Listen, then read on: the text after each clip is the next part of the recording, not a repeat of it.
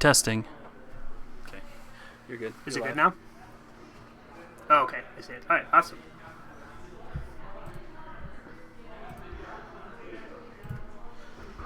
So it looks like you're live. So they're going to get started. If you want to just. Okay. Cool. So you guys are good to go. They just started drafting. Great. All right. We're here. The draft. Watching Aaron Marinaka, Pro Tour top 8 competitor. Oh yeah. From the Dark Ages, the Stone Age. He's looking at 2 red cards here: Cartouche of Zeal, Emberhorn Minotaur, and Exemplar of Strength. As a green card. We've talked a lot about Cartouche of Zeal. Yeah. And it's funny because it's one of those cards that doesn't look very good, I think, on the face of it, but is much more powerful, especially in what turned out to be a very aggressive limited format. Well, yeah, it tends to benefit the aggressive format more, I think. And we kind of talked about red being like the better color to be in, and it's just so many synergies. Yeah, I think now that the set's been out for close to a month now, I think the general consensus is that white is the best color, it's the deepest and it's aggressive, and red is the second best color.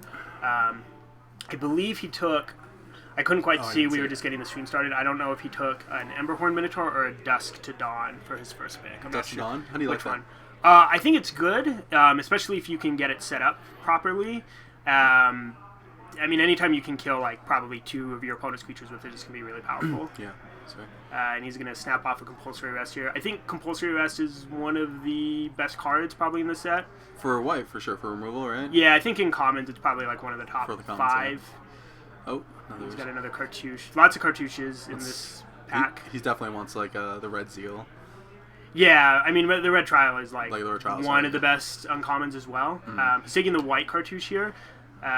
Surprisingly, the white cartouche is also better than I initially thought. I think all the cartouches are much better than I had initially thought in the format. And sometimes you need that blocker to kind of help you racing and stuff like that. Yeah, it's funny because a lot of times the white cartouche lets you attack pretty easily, profitably into their creatures, but it also, if you need to pump the brakes, it also serves as a good way to block your opponent's creatures if they don't have a removal spell. That's spray. a really late Magma Spray. Yeah, very late. Seems like red might be really deep. Yeah, and there's not really anything else in that pack that's really going to outshine a Magma Spray. So I think he's liking his spot, especially if he's in a red-white, because that's the 2 best colors. We just talked about that. And being able to draft a really aggressive red-white deck, I think will be really good for him. I think if Magma Spray wasn't there, that Angel would have been a good alternative pick. It cycles for 1. It's okay. Yeah. It's when the set first came out, I liked the expensive cycling creatures. Sure. I like them a little bit less now because the format is so fast. You generally just don't have time to cast them. That's right. But it is nice because being able to cycle, it's good. Another 2 good red and white 1-drops in Fanbearer and Bloodlust Insider. I like Fanbearer more than Bloodlust Insider, and he's going to take that off pretty easily. I like Fanbearer. And I was surprised that the 2 mana wasn't really much of an issue for tapping, because I'm used to like the 1 mana tapper being overpowered, but this guy like just does work. Yeah, well, it's funny too because like usually you just think like, okay, he's just a 1 mana tapper. The fact that he's a 1-drop and gets to attack is actually relevant, which is, kind of a funny thing, so...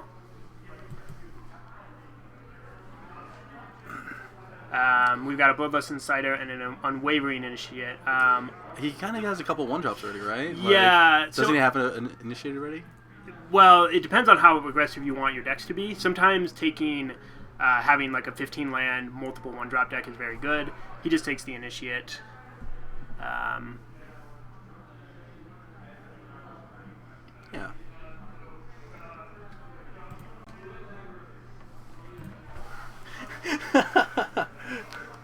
Picking up Those Who Serve for his deck.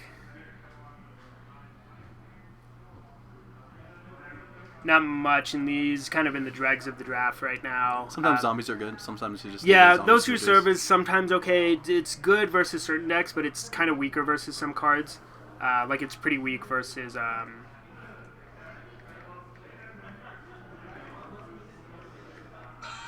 it's pretty weak versus like a lot of the Exert creatures. A lot of the Exert creatures can just Exert right past it, so... Should we pull it up and double check? No, we're good.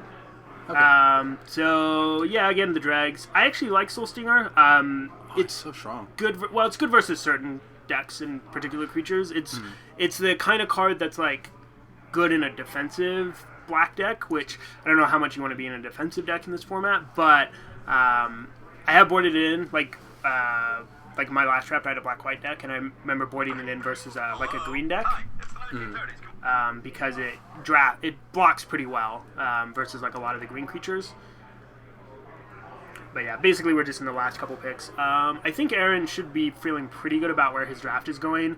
Again, he's in 2 of the best colors, and it seems like they're open as well to his right, getting like a 4th pick Compulsory Rest and a 5th pick Magma Spray. Yeah, I think a really good indication. So he's got a couple good removal spells, a couple cartouches, so if he can pick up some trials... Yeah, and he did take the Dust for Dawn, Oh, which is the kind of card I like because it does let you kind of try and set it up a little bit more. His creatures are, he doesn't have a ton of creatures, but I think having 2 cartouches, a Compulsory Rest, Magma Spray, and a Dust for Dawn is great. He's going to want to prioritize creatures maybe a little bit higher. Those Who Serves are also, I think, actually probably pretty good in his deck because of Dust for Dawn. Oh, right? yeah, that makes sense, yeah. So that way he can kind of draft with the mind for having the Dust for Dawn in his deck. So I think right now he needs to high pick some Dustwalkers. Dustwalker is it's like the best white common, right? So... So, and then probably some little Minotaurs. What are the Minotaurs called? The 4/3? Emberhorn Minotaur. Also, not super synergistic with Dust for Dawn, but probably still, just a really strong creature. Yeah. Flicks to his rare. Nothing great. I'm not seeing anything super great in this pack. Yeah, this is not a very good pack for Aaron. Yeah, I think he's kind of not upset, but just not Sometimes happy. you can't hit them all. Yeah, not happy with this pack. There's nothing super great. Like, he's probably going to take, he might even just take the Minotaur? I guess he's going to take the trial. He does have 2 cartouches, so he can maybe try and pick up 2 Evolving Wilds. Yeah, I don't really it gives him some kind of flexibility. Yeah, I don't. None of the other cards are really that important. I think. This draft format is not a format that you splash a lot in. By the way, I've been underwhelmed with impeccable timing. I feel like in other sets it's been a lot better. It's not a very good card. Just in general, it's not a great card either.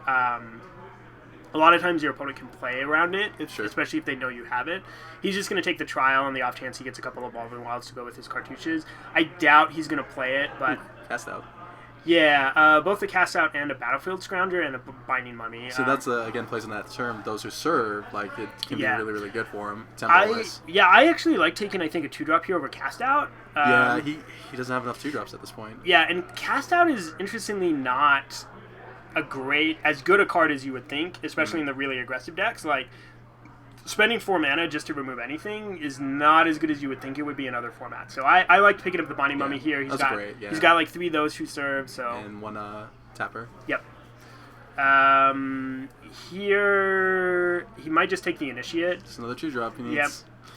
Combos well with all his 2-power guys. And again, like I said, he's trying to set up kind of his deck around the Dust for Dawn, right? So a lot of these cards are playing really well into that. Do you think he's going to main deck Dust for Dawn or... for sure. Probably good. Yeah, for sure. You also have to remember that 2-drops are also good, not just because they don't die from Dust for Dawn, but you can also get them back with the Aftermath. So that's also relevant as well. A couple decent blue cards in here. Another Cartouche. I think he's... Mummy. And a Binding Mummy. Yep. It's interesting. So at the beginning of the format, I definitely would have taken Binding Mummy in this spot, but... The cartouches have been proving to be really, really powerful.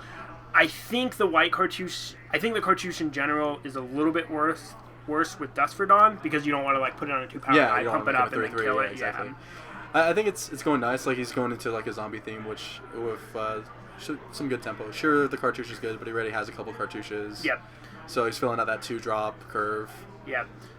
And really? He's just drafting really hard around, I think, his Dust for Dawn, basically. That's fair. I like that Ember piece, though. The Manticore? Yeah, Manticore is really quite strong. Good. Yeah. It's, again, one of those cards. It was a card that, sometimes cards like that their abilities don't combine enough to make them strong enough, right? You're paying 5 mana for a 4/3, in essence, in terms of stats. But being a finisher in this format, I think, makes it a pretty good card. It also...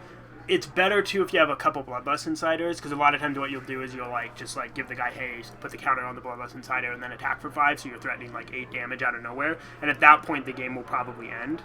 Is that a trial? To Talk Elite, which is a pretty late pickup, I think. Yeah, it is. I like the zombie card. He has a lot of zombies. He looks like he may. I like Elite. Yeah, that card will table. Elite functions similarly to Innoketra's name a lot of the time, and it's the fact that it's a pretty good creature, I think, is good. Currently waiting for people to backed up right now. Yep. Yeah, so I like where his deck is going so far, I think. We like the aggressive decks. I mean, again, we're hoping for more, maybe a couple cartouches and trials to kind of round it out. Yeah. The value from that is just really good. Yeah, picks up a De Jure's Resolve here, which is a decent trick. I do like it more than Impeccable Timing. Yeah, Impeccable Timing, again, just underwhelming in the set. I've seen it do a lot better when it's printed in different sets, but it's not for this one. Limited formats are just so much more lean and efficient than other limited formats. Like, it's especially bad if you leave 2 mana up and you can't cast your Impeccable Timing for whatever reason. And losing that kind of tempo is just really brutal. Here again, kind of in the drags. I think he's just going to take a Hyena pack that he probably won't play in his deck. Yeah, he doesn't have a lot of red cards, right? Like he has a Magma Spray and a red cartouche, and I think that's Initiate it. And the 2/1. Yeah, so one possibility is if he opens a really powerful black card, because he does have the white trial, or the black trial, is he could take, say, something like a Lord of the Accursed, because he has a lot of zombies already. Yeah. So he could possibly jump into like black-white instead of red-white. But he's also still has some amount of red cards. So if he opens a card like Glorybringer, he can take Glorybringer and be really happy with it. Nice. Yeah, so I really like the way I think he's drafted and set himself up for putting himself in a pretty good position. Are we streaming? Like, can I... Sorry. I guess it's kind of weird. I'm just seeing this.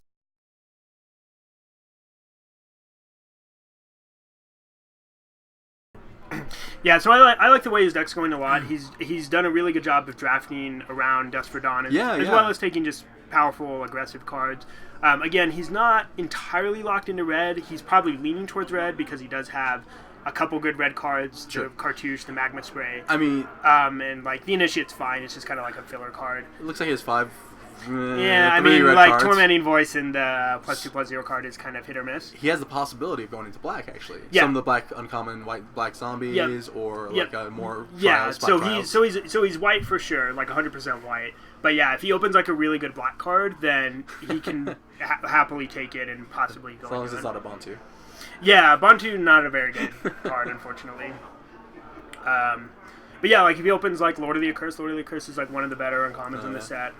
I'm not sure what else he would want to. Maybe Wayward Servant. Maybe Wayward would be good. Like, I mean, a black cartouche would be nice too. Like, yeah, black cartouche is quite good too. But yeah, I think at this point he's just kind of happy. Just Magma Spray's great. Like, yeah, red cartouche great. Yeah. Like, so it just kind of depends on what's coming at him. Yeah. With Magma Spray coming so late, I'm pretty sure he's going to be in red. Like, yeah, possibly getting a lot of red cards from the right. Yeah. Looks like he got an Archfiend of Ifnir, which is a very good black card. Now, granted, I don't know how many cyclers he has. Double black. So it's a matter of, like, does he feel like... I'd take the 3-drop, to be honest. The Spearmaster is obviously, like, just a creature he's going to play in his deck no matter what. Doesn't play great with Dust for Dawn, but it's still fine. You don't always draw Dust for Dawn either, so... Oh, he's thinking about another zombie, potentially? Those who maybe just a card that's better with Dust for Dawn. Yeah. Looks like he wants another 2-drop, too, almost. And then obviously plays with Dust of Dawn. I think that creature's pretty good. Like, being able to exert and get in for 4 is really strong. So here we've got... There's an Angler Drake, which is a great blue card. I think he's just going to, take the Initiate. Very low to the ground. Very Dust of Dawn friendly. Yep. Also lets his little zombies get in for more damage. I had a Noted Possession in a really fun cube deck. I haven't seen it work in Triple Amonkhet yet, so... That card's surprisingly expensive, right? It's like $5-6 right now, or something like that. Maybe it's $4. No, I don't know how much what the monetary value of the card is, but... Well, it's just was it a foil one? I think it was a foil. It may have been a foil one. So... I don't know, maybe take the foil for the value for the commander cards. Yeah, I mean, another 2/1, or... Yeah. Yeah, so I like where his deck's going. I think he has. Does he have 2 compulsory arrests? I believe. I think he has 2. Yeah. Yeah. Magnus Ray. And there's a another third. one. There's a Heart Piercer Mana Core too, and another Cartouche. So he's going to take the Cartouche over the other compulsory arrest. Which is fine, I think. Yeah, especially at this point because I think he has so many. Now he has a lot of like just 2-power creatures. It's an interesting tension because like he wants to Cartouche up his 2-power guys to be able to attack through stuff, but also doesn't synergize well with Dust for Dawn. Does the white Cartouche get Vigilance as well, or no? No, just First Strike. Yep, it is 1 white and makes gives a creature +1/+1 in First Strike and makes a 1/1 creature with Vigilance.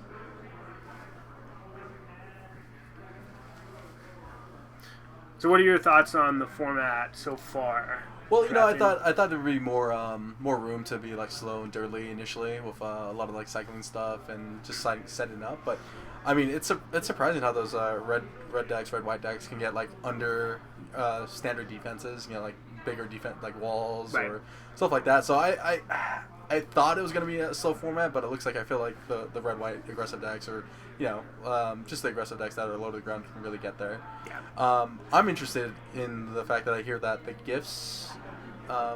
What's the mana acceleration card? The Gifts of Paradise? Gift the Paradise deck is kind of a strategy that can play out and work. Ooh, oh wow, that's a really like Gus Walker. Yeah, but he's slamming that happily into his deck. That's kind of what we're looking for. Yeah, and that last pick he picked up a Vizier Remedies. Yeah, I my initial thought when I saw the set for Limited was it was going to be kind of a slower. Games would go longer. You had cards like cards with Embalm. Embalm is a mechanic that encourages trading, right? Like trading your cards off earlier and then getting an Embalm advantage. I think the trial is a really good pickup too. Yeah. The trials and the cartouches, outside of like I think the white trial, also seem like they encourage longer games possibly, where you're generating like a lot of card advantage. But Exert just ended up being such a powerful mechanic in terms of, like you were saying, letting your creatures attack past creatures that may traditionally be decent at blocking creatures like that, exactly. and you can't block those creatures, them, right? Like the Spearmaster you just took, for example, right? Is a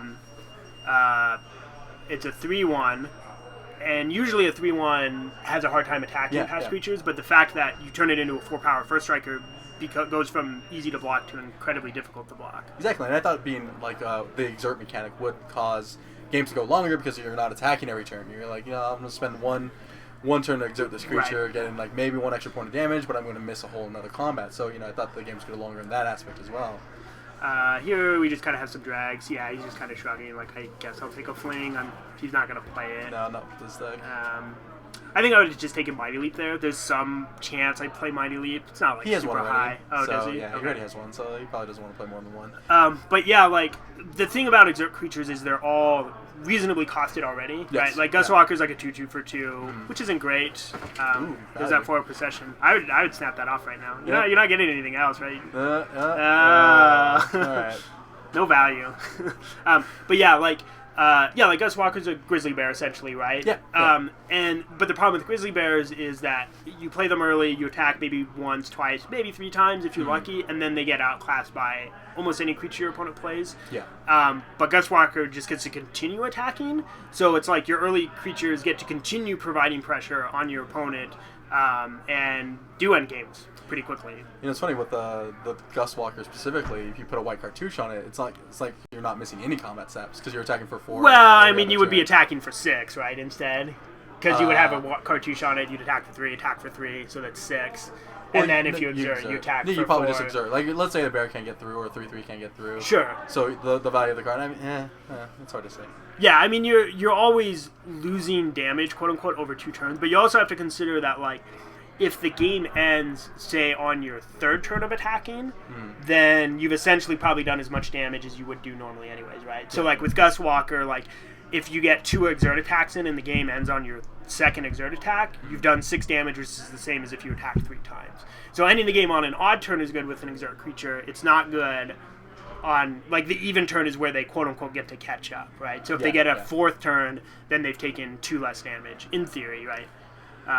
Aaron was struggling with that last pick. It was the 3/3 cycling angel or the +2/+1 to zombies +1/+1. He took the +2/+1. I actually like No Catcher's Name a lot, and he's got a ton of zombies, so I think it's really good in his That's deck. why it was like such a hard pick for him. He wasn't Yeah, sure exactly. I don't think he'll play this. I don't think he would play the cycler. I am so surprised that the red dried up in the third pack. I didn't see any good red. Yeah. But there was no good black either, so it didn't really. Yeah, I think at this point it's possible. No, I think he's just going to end up being white with a little bit of red. Sure. In his deck. Splashing the cartridge, splashing some dudes, some removal. Yeah, so going for deck construction now. So considering Amonkhet, like, what kind of changes to the standard format did it bring?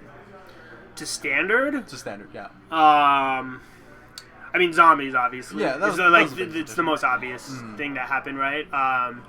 Like, what are the other good decks? Like Mardu. Mardu, Marvels. Marvel didn't really gain anything, right? Not like, all, almost. Like couple maybe some of the lists play Glorybringer. I don't even think a lot of them play Glorybringer. I think I've seen some, possibly. But,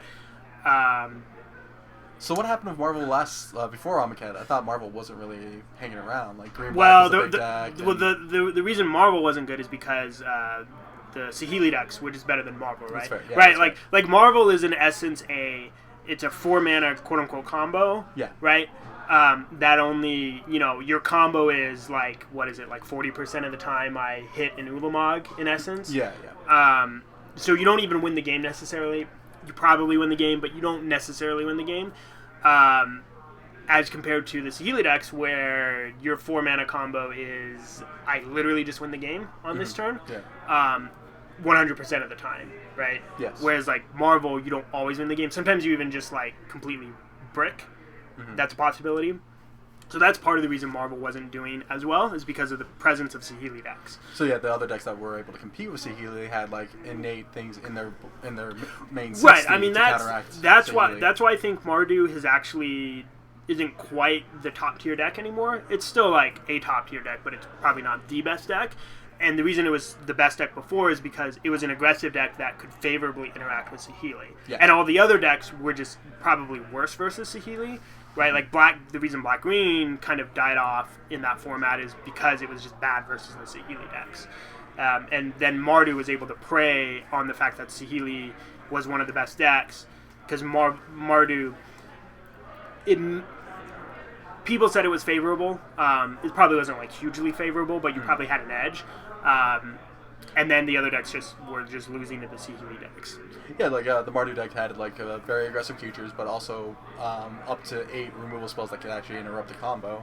Right. And the courage. Well, the removal spells you're interested in playing for the most part, anyways, right? Like you're gonna play 4 unlicensed disintegrations in your Marvel decks, like no matter what. X amount of fatal pushes. Yeah, and then the rest of the removal was kind of like up in the air, right? Like, do I play fatal pushes? Are fatal pushes good versus Saheeli? Not really. Do I play shocks? Right, like shocks started seeing a lot of play. Hey, can we get the chat feed if there's one? That's something I can't see. We could.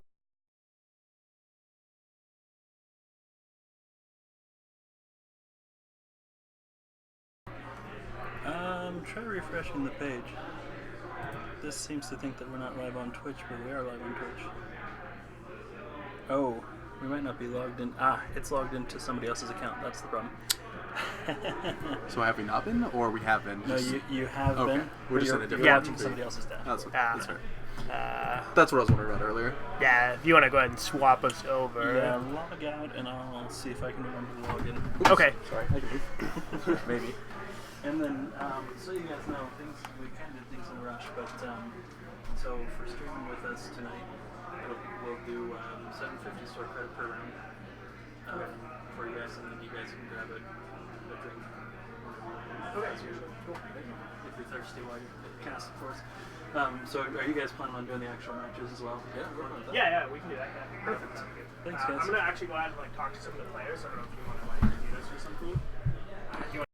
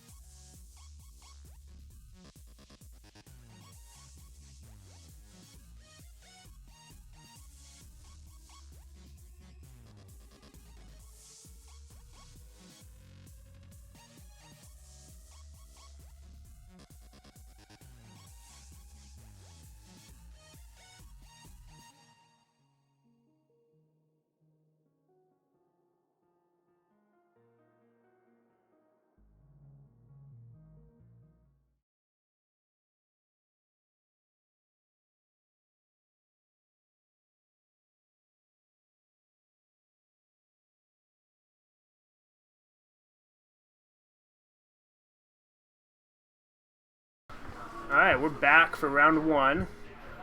We've got Wes Stapley, I believe, playing against Aaron. Aaron, we saw draft a red-white deck. Looks like Wes is on black-red. Aaron, I believe, looks like he kept a one-lander. Unfortunately, he's not drawing any lands. He's just going to have to resign to discard his lands. Not looking good. Oh, no, not at all. For Aaron. He does have multiple 2-drops, and Wes hasn't got any creatures on the board yet. He does have a Javanalier, which is quite a powerful 4-drop. Aaron finally manages to draw a land, cast a Binding Mummy. Looks like he doesn't need the red mana in his deck, though, right now, so that's decent. Yeah, it's going to be hard, though, with Wes being so far up on the mana advantage. Yeah, and a really good creature on board, too. Yeah. See, like, there's He's cycling Deemworthy. Drawing a card, getting in there for 4. Yeah, Aaron may be forced to compulsory rest the Javanalier, which he does, which doesn't feel great because Wes still has the Javanalier in play, so he still gets to use the activated ability. Which can be really good in like combat situations or just killing off small creatures. Yeah, just having, at this point it's basically an enchantment, right? Just having an enchantment I think is pretty good for Wes. Yeah. But I think he's going to Manticore here. That's pretty good too. He's gonna combo up Supernatural Stamina with a Manticore, so he's gonna be able to, in essence, get 8 mana worth of creatures for 5. The Javanalier should come back. Yeah, Aaron pointed it out. Comes back and play 10. Aaron draws a land. I think he's too far behind at this point. Yeah, he's just gonna go ahead and concede. So Aaron looks like he's much lower to the ground, I think, than Wes, but obviously missing land drops and not being able to cast any creatures is going to be problematic in any game of Magic. Well, I mean, that's Magic, right? Yeah, particularly in Limited. Like in certain constructed formats, sometimes you can stop at like 1 or 2 lands. yeah, that makes sense.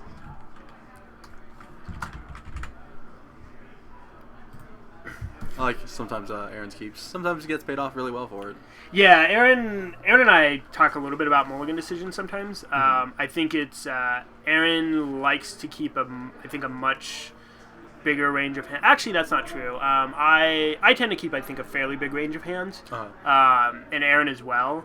Also likes to keep a pretty big range of hands. 1-landers with a lot of 2-drops. He likes to keep those kind of hands. And to be fair, his deck is very low to the ground, so yeah, that's understandable. I think he's playing 16 lands, though, or did it go down to 15?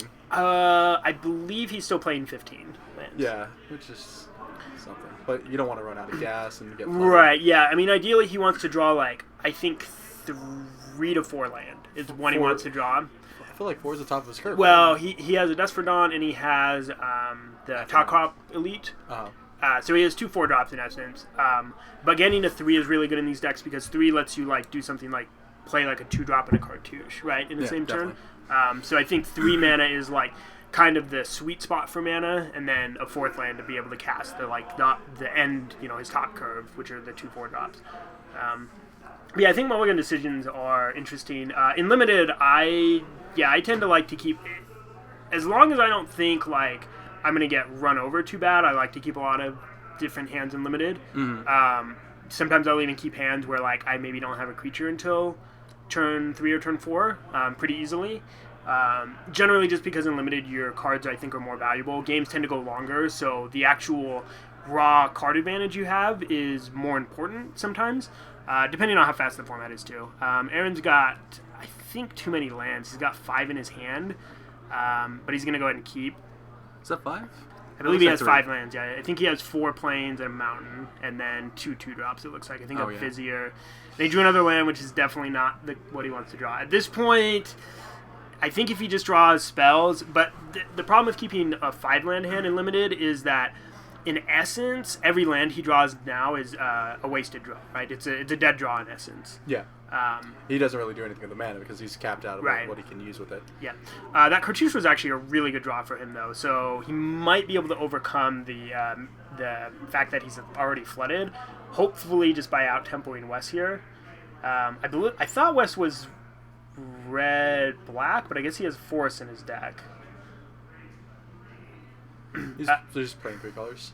Yeah, and he's got the Trial, which does take out the Binding Mummy, which is pretty good for Wes. Yeah.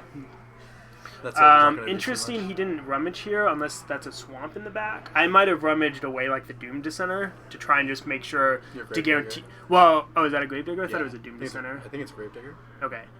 If he is a Gravedigger, then I may have wanted to rummage anyways. Yeah, that's fair. Because you want to guarantee that you're going to hit your land drops, which he drew in Evolving Wilds anyways. Liam his 3rd color. Yeah, so the Wilds will help him get like a swamp. Oh, the dice are out of range, camera range. I believe Wes is at 17 and Aaron should be at 18. I believe should be the life totals. So he goes and plays the Evolving Wild. He's eyeing the Cartouche here, which would allow him to attack with the Scavenger past the Unwavering Initiate. Does he need that aggression though right now? I don't. I feel like developing it your board may would be better.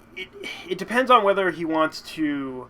So the advantage is that he's guaranteed to pick up the Cartouche immediately, right? Yeah. But he's just going to go ahead and rummage. Get rid of a Doom Beetle he doesn't need. Yep, Aaron's going to trade off here, mostly because, again, he's flooded, and so he knows that, like, he wants something to do next turn, which may just involve embalming the Unwavering Initiate. Crashes in for 1. Mana efficiency. Yep. Getting your bomb token. One thing Wes can do this turn is, if he has a 5th land, is he can play Gravedigger, getting the Scrounger back, and then cartouching it, and which returns the Trial, which is really powerful. Oh, very powerful. The value you get from those trials, man, it's really impressive. The trials are good themselves and really mana costed efficiently. Yeah, like Trial of Zeal is a card you would be happy like taking very early in your red decks. If it was an instant or sorcery, almost. Even as a sorcery, I Yeah. think 3 mana for 3 damage is fine. It's not like the most exciting rate, Sure. but it's decent. And then if you ever get to draw it with a Cartouche. So he's going to play a Festering Mummy. If that's a Gravedigger, I think I just would have used Gravedigger. Although I guess here he's just going to combo it up with the Trial. Kill the creature. Right, and then just kill the Unwavering Initiate.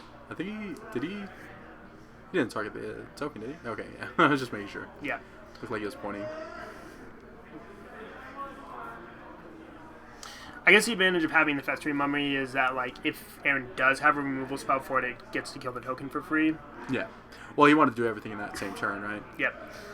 So Aaron has drawn a pretty decent amount of spells. He's drawn I believe is it Pathmaker Initiate? I don't know what the exact name of the card is. The 2/1 that makes 2 powerless creatures unblockable. Yep, and then a Talkrop Elite. Which should slow down any kind of aggression, although that's really awkward, because the mummy can just eat his... I believe if that's a green Cartouche, Aaron's in a really bad spot. Because he can green Cartouche the Talkrop Elite, return the Trial, and then potentially kill, like, the Initiate. He's just going to, like, pick off all of Aaron's creatures here. Yeah, I think Aaron, with his deck, needed a much better, like, kind of early game going on. One problem was on turn 3 he didn't have a play other than the Cartouche. Ideally, you want to, like, play a Cartouche and then play another creature. Like another bear, yeah. Right. Exactly. There's that Cartouche, returning Zeal. Gonna kill the Talkrop Elite, fighting the Festering Mummy. He's gonna play the Zeal and then kill the Initiate. I don't like attacking here because there's 2 damage now on the Festering Mummy, and Aaron will just trade the token. So he declines to attack. He's probably just, going to compulsory rest that. Not a great feeling considering Wes can just sacrifice it and still put a counter on something. Kill one of his 2 creatures, like a 2/1. Yeah. Yeah, so Wes is just kind of, I think, burying Aaron in card advantage here. He's just gotten tons of 2-for-1s off of his cards. And obviously Aaron is like a really low to the ground deck, and with 6 lands. Yeah, exactly. Again, ideally, like I said, he would ideally want like 3 to 4 lands, right? It's kind of where he wants to stop. So it's almost like every land he's drawn after that has basically just been him down a card. Oh, wow. So he's going to do 3 damage with the Ember Beast. Yeah, so he's probably just going to do... I would just do 3 to Aaron's face. Oh, no, I guess he decides to kill them. So he really needs a Dusk Dawn. Like, that's like kind of his only out right now, I think. To kind Yeah, of game. Dusk for Dawn would actually be really good here because it would completely undo everything that Wes is doing. I might have even blocked there possibly, although he may want to wait like a turn to block. Yeah. Because if you're figuring the only way you can win is with Dusk for Dawn, is that like you're maybe just hoping to set up like kind of a pseudo living death kind of situation where like, you know, you throw all your creatures away to the graveyard, then you like bring them all back. Yeah, then you kill your opponent's creatures and bring them all back, kind of a thing. Has a Trial of Solidarity. Just get in there for 4. I believe Wes has a Deem Unworthy though, so he's probably just going to cycle the Deem Unworthy on the Initiate. Might as well get that card advantage. Kill the creature, get a card to replace. Yeah, and it basically negates the Trial turn. And a blocker too. Yep. Yeah, at this point, I think Aaron is pretty much just looking to draw Dusk, but I think the damage has already been done. I believe Aaron is at 4, which is not a good spot to be versus the Manticore. It looks like an Tectra's command, or in his hand? Yeah, he has Inoketcher's name, which isn't doing anything, unfortunately. Yeah, pretty much it's Dusk or Dawn, or bust at this point, so we'll see if he draws it. That's what he's kind of checking for. Does not look like it. I believe it's a Gustwalker. It's a blocker. Maybe he can live a turn. He's at 4, so we can block the Amit. Yep. Yeah, so we can block the Amit. He can trade with it too, because he has Loketras. Yeah, West drew a Brute Strength though, so that's going to end the game. Alright, so that wraps it up. Aaron kind of got mana screwed game 1. Yep. Game 2, he just kind of kept a lot of lands. He kept drawing more lands, not enough gas, and not to mention the card advantage from Wes, just kind of burying him. Right, I mean, he cast that Trial 3 times that game. Yeah, because he cast it, bounced it with the red cartouche and cast it, and then bounced it with the green cartouche and cast it. And that's what we were talking about earlier, just the value you can get. Good card in itself, but being able to cast it 3 times, it's just great. Yeah, again, Aaron needs like a really fast draw. It doesn't. I would have mulliganed his first hand in that game too with 5 lands. Like, I don't think there's any situation where I keep a 5-land hand, especially in an aggressive deck like that. Like, if your limited deck maybe has some really powerful late game cards, like for example, like in Modern Masters 2017, I could easily see myself having hands where I keep a 5-land hand. Oh, definitely. You know, something like an early removal spell like Agony Warp into like a Mystical Teachings, I think would be like a great hand to have in Modern Masters. But in Amonkhet, you don't, and especially in Aaron's style of deck, you don't have the ability to do anything with your extra mana, right? Beyond casting spells and bomb stuff, yeah. Yeah, so I think I would mulligan pretty easily, and I think they're talking about his first hand, which was looks like a Plains, 2 Binding Mummies, a Compulsory Rest. Seems like a really good aggressive and a red cartouche. Right, yeah, so if he draws a land, then he's basically online, right, because he can cast 2 Binding Mummies and a Compulsory Rest. Yeah. So the tempo would have been really strong. Obviously, you just didn't get that land. Yeah, just didn't quite get it. And Wes's hand was pretty slow. He didn't have a play until turn 4 with that hand. Really slow. So if Aaron had a really fast aggressive draw, then he might have been able to run him over, but he just didn't hit any lands. So, and again, he kept that hand. I like his keep in game 1 better than his keep in game 2.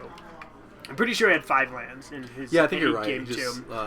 had it off the side. There's no way with his deck in particular I would not keep it. For the most part, I would say in limited,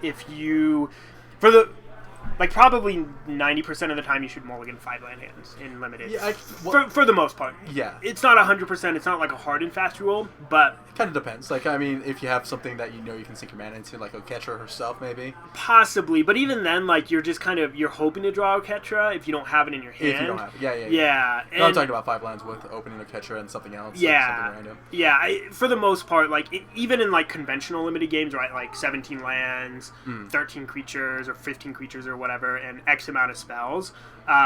Generally speaking, I'm gonna mulligan almost any 5-land hand. Yeah. Just because I agree. because a 5-land hand means that every land you draw after that is probably just a dead draw, right? And you'd rather be in a situation where you have live draws all the time, Sure. and that's why people talk about in the games of like Mana Screw versus Mana Flood, if you can't kill the Mana Screwed opponent fast enough, generally the Mana Screwed person's gonna win because they have more spells on top of you, right? So they just have more. They have better carded, just more cards, better cards available to them. So that was round 1. Round 1 going to Wes. I'm not sure who we're going to watch next. Obviously, probably Undefeateds.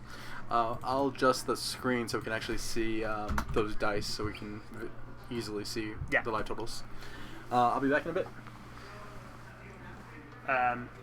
So I got a chance to talk to some of the drafters about their decks. Aaron felt like his deck was decent, possibly a 2-1 deck. He is down a match, so he's got to win his next 2 if he wants to get the 2-1 record. Didn't feel like it was great, but it was decent. Good curve, decent removal, a couple compulsory rests and a magma spray, coupled with like a bomb in essence and Dust for Dawn. Talked to Sammy Batarsa as well. Sammy thought his deck was not great.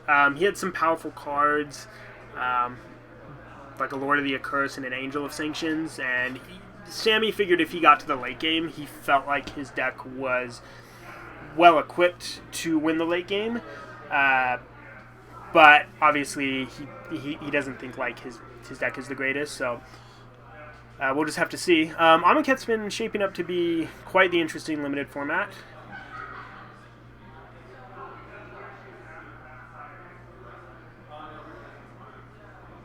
Much more aggressive than I initially thought. Did not think Slitherblade would be a marquee card in limited.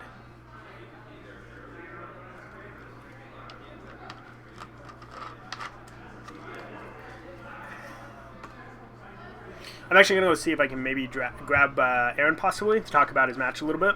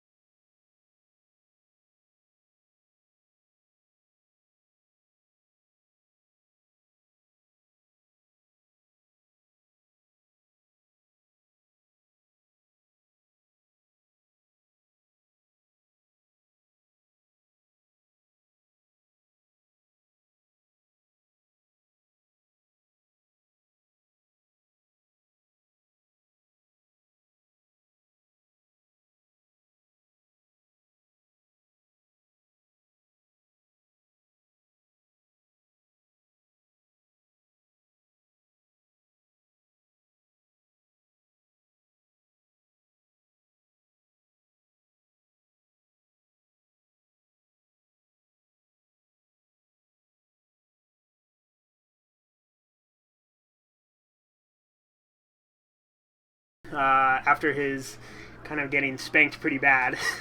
I don't know what you're talking about. That looked pretty brutal. It was. So game 1, I kept a 1-land hand. I think it's probably right. My hand was very aggressive. I had 2 Binding Mummy, Compulsory Rest, Those Who Serve, Cartouche. red Cartouche, Yep. which if not, I might not draw the red to cast that, but I think Right. if I draw 1 land in the first 2 turns, I'm in pretty good shape, and I think I'm around 50% to do that. So Were you on the draw or the play? I was on the play, so Okay. that might be another reason. So that was a little iffy. Then my second hand was also a little iffy. It was a 5-lander, and my deck has very low curve, but I only had 15 land. But Yeah, I was talking about it, and I was saying I would have mulliganed 5-land hand, especially with your deck. Mostly because, like, anytime you draw a land, it's just a dead draw, right? Right, So, yeah, I can't do... The most expensive card in my deck is 4, so I can't do anything with it, and... You have Aftermath, I guess, on I Death have for Dawn. Aftermath. Yeah, I was... Which I know you were kind of hoping to draw for in that last game, and we were Yeah. talking about it. We're like, It would have been really good in that yeah, last game. yeah. I'm like, it's like he's setting up for like living death. We're aging ourselves a little bit here, Yeah. but like setting yourself up almost for like a living death kind of, because like your guys kept dying, and I even talked about at one point, I'm like, maybe he should have chumped with his initiate instead of not like chumping the. Because I think maybe, do you think you're just hoping at that point that the only way you can win is drawing Dust for Dawn? Yeah. I mean, when the board... So the board stabilized, sort of. Well, the board... Like, we both... Well, he has neither a of us had cards. 4/3 and you have a 2/1. Yeah, right? the board wasn't stable, but that was the board position. So it was just kind of a top deck war after that. I didn't feel like I was in super bad shape, because Sure. I suspect I had much less land left in my deck. Sure. So, but he probably has more powerful cards by the Right, same token. because you're gonna draw like a 2/2, right? Yeah. And he's gonna draw probably a 3/3 or better, Yeah. most likely. So it was a rough spot. I didn't feel it too bad, and then Dust for Dawn would have been, Dust to Dawn would have been great. But yeah, I'm happy with how I drafted. I think I did all right. I'm not super happy with how my deck turned out. Right. You were saying you thought you needed more 1-drops, right? Yeah, I wish my curve were lower. I passed a Bloodlust Insider, who I really wish I'd taken. I only have 2 1-drops. I think ideally I'd want more. There were a few other picks, like I took a Blinding Mummy over a Cartouche, but I was very low on creatures, and I had picked up 3 of those who serve. I wish I didn't have to play those who serve. Yeah, we were talking about it because we were like, because it seems like a card that should be good at blocking, but surprisingly not in this format. Like, Exert No. creatures just kind of run over it a lot of the time. Yeah, Exert creatures run over it, and by the same token, it's not the best in your like red-white aggro deck either. Yeah, you'd much rather have like Spearmasters, even though those who serve does synergize much better with Dustodon Yeah. than Spearmaster, but it's kind of what I got past. I think I was the right colors for my seat. I know white was open. for sure, yeah. Corey, I think, went harder into red. I did get like a 4th or 5th pick Magma Spray, Yeah, it was really late. which is the best red common in the first pack. So I was like, I think red's probably open, but Right. I mean, I didn't see too much in the other colors outside of white and red really to justify any other colors, right? Like, I didn't see any good green cards like Cartouche or anything. Didn't see like No. any like good black cards. nope. Yeah, didn't see. I mean, like, so even in blue is like kind of the worst color. You don't really want to be in blue. Yeah, although blue-white aggro I think is probably, if you are in blue, that's maybe the place to be, and then pick up Sure, some Slither Blades. Slither Blades and bad creatures. This but the secret all-star of Amonkhet is the Slither the Blade. crappy Slither Blade. I only think I saw one in the draft. Yeah, I but- didn't see any really. So I don't even. I think even if you had been trying to draft that deck, they could have just not been open, right? That happens sometimes. Yeah, but I think I was in the right colors. I felt pretty good about how I drafted. I mean, obviously that match didn't go well, but part of it's maybe I should have mulliganed that first hand. Maybe I should have mulliganed that second hand. And, given time, I think his deck has a much higher power level. Yeah, the power level in his deck seemed really high. I think he had a Gravedigger in his hand too in game 2 that he Oh. might not have showed you. Great. Played Good to know. played a Heart Piercer, Manicore, Javanalier, the Trial Synergy obviously crushed you really bad too. 3 trials, very strong. Yeah. The trial is like, if he didn't have trial as Zill, I think I'm in super good shape that game if he just draws the cartouches. But Yeah. that's why they're together. Yep. So And his deck didn't seem like it was super low to the ground. Like, it seemed like it was a much more mid-rangey, slowish kind of deck. yeah, but Because I think in game 1 he didn't play anything till turn 4, right? yeah. I was like, oh, if I'd drawn one land, Yeah. it would have been A little bit better. you would have started the game at like 10, and I would have had multiple mummies. Mummies. Yeah, Mummies wrapping them up. Yeah. wrapping them up. But Well, that's the breaks. That's too bad. That's magic, right? Yeah, and like I say, I'm pretty happy with how I drafted. I mean, sometimes things don't go your way. Yeah. We've been drafting this set a decent amount. More or less than Modern Masters. I feel like we drafted Modern Masters more. Yeah, I haven't been drafting this set a whole. Yeah, I think we Time. try and maybe once a week we try and draft. Yeah. Not as much as Modern Masters when we were drafting, maybe sometimes multiple times in a week. Yeah, Modern Masters was great. Yeah. I loved it. This set I don't love as much. I don't really like this set very much. I think the last time I draft, well, I went undefeated the last time, but the draft previous to that, I was red white. I think I was in the right seat for it too. I had a Glory Bringer in my deck, and I think I still went 1-2, and I just felt like, I don't know, like, it's weird because, like, everyone's like, you're supposed to draft, like, the really aggressive decks, right? And so you do that, and then a lot of times with the really aggressive decks, I just feel like I'm just throwing my cards at my opponent, and I'm hoping they're going to die kind of a thing, as opposed to, like, Modern Masters where, like, blue, like, the slow blue decks are the best color, and that gives you a lot of opportunities to really outplay your opponents, I think. So I don't know. It's kind of maybe not the biggest fan of this draft format, but yeah, and that might just be individual preference. Like, that too, sure. You're deep in your soul. You're a blue player. It's true. Deep, very deep. I do love Island, even though I played all mountains today. Yeah. Playing Legacy, so. Sure. And there are even with an aggro deck, there are opportunities to outplay your opponent. For sure. You can play tricks, but I think you are much more at the mercy of your initial 7, which maybe is why I should have mulliganed both my hands, because they're both. Yeah, I think that's one thing with aggressive decks is you maybe need to mulligan a little more aggressively. Yeah. Because like one of the examples I had of like a 5-land hand I would be happy keeping would be something like from Modern Masters where I could keep like say Agony Warp into like Mystical Teachings or Seagate Oracle or something like that, right? Plus the fact that like if I'm in a deck like that, I want a lot of lands anyways, whereas like a red-white beatdown deck, I really don't want more than 4 lands, like, ever, so... For sure, yeah, but you haven't drafted this format a ton. I think... I kind of wonder if it's self-correcting, because everyone's like, oh, the low-to-the-ground aggro decks are the best, so and then people will figure out ways to kind of beat them, possibly. Yeah, or if they get overdrafted, and then the cards get spread out, and then people comes armed with Ancient Crabs and Doom Beetles, who aren't the best. Yeah. We were talking about like the fact that like it's difficult to block a lot of the Exert creatures, right? Yeah. Like Gus Walker just has flying, right? He gets to fly over those ground guys. The Spearmaster, you can't block it with a Dune Beetle. You can block it with a Crab, but not with a Dune Beetle.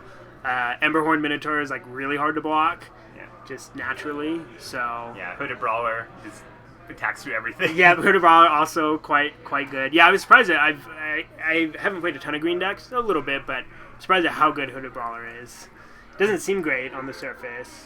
Yeah, I haven't had it in a deck, but I remember you crushing me with a deck that had 2.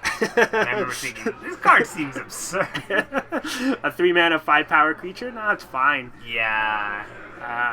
And I think, I mean, one kind of cool thing about this format, though, is there's a variety of opinions on it. Some people say the low-to-the-ground aggro decks are better, but, other people have said, like, I think Chris Fennell at the last Pro Tour, who's very good at Limited, said he thinks Exert makes the format slower because even though they can get through attacks, then their guy just sits there the next turn. Because they skip an attack.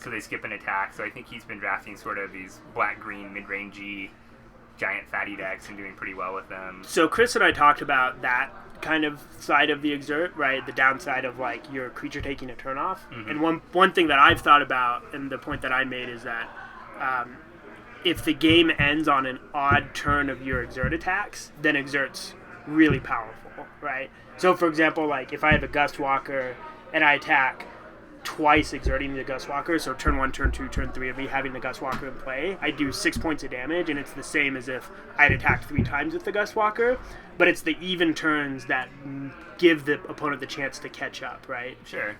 So I think that's kind of an interesting tension in the format that exists possibly where like the aggressive decks are trying to end the game hopefully on a turn where you're exerting and attacking.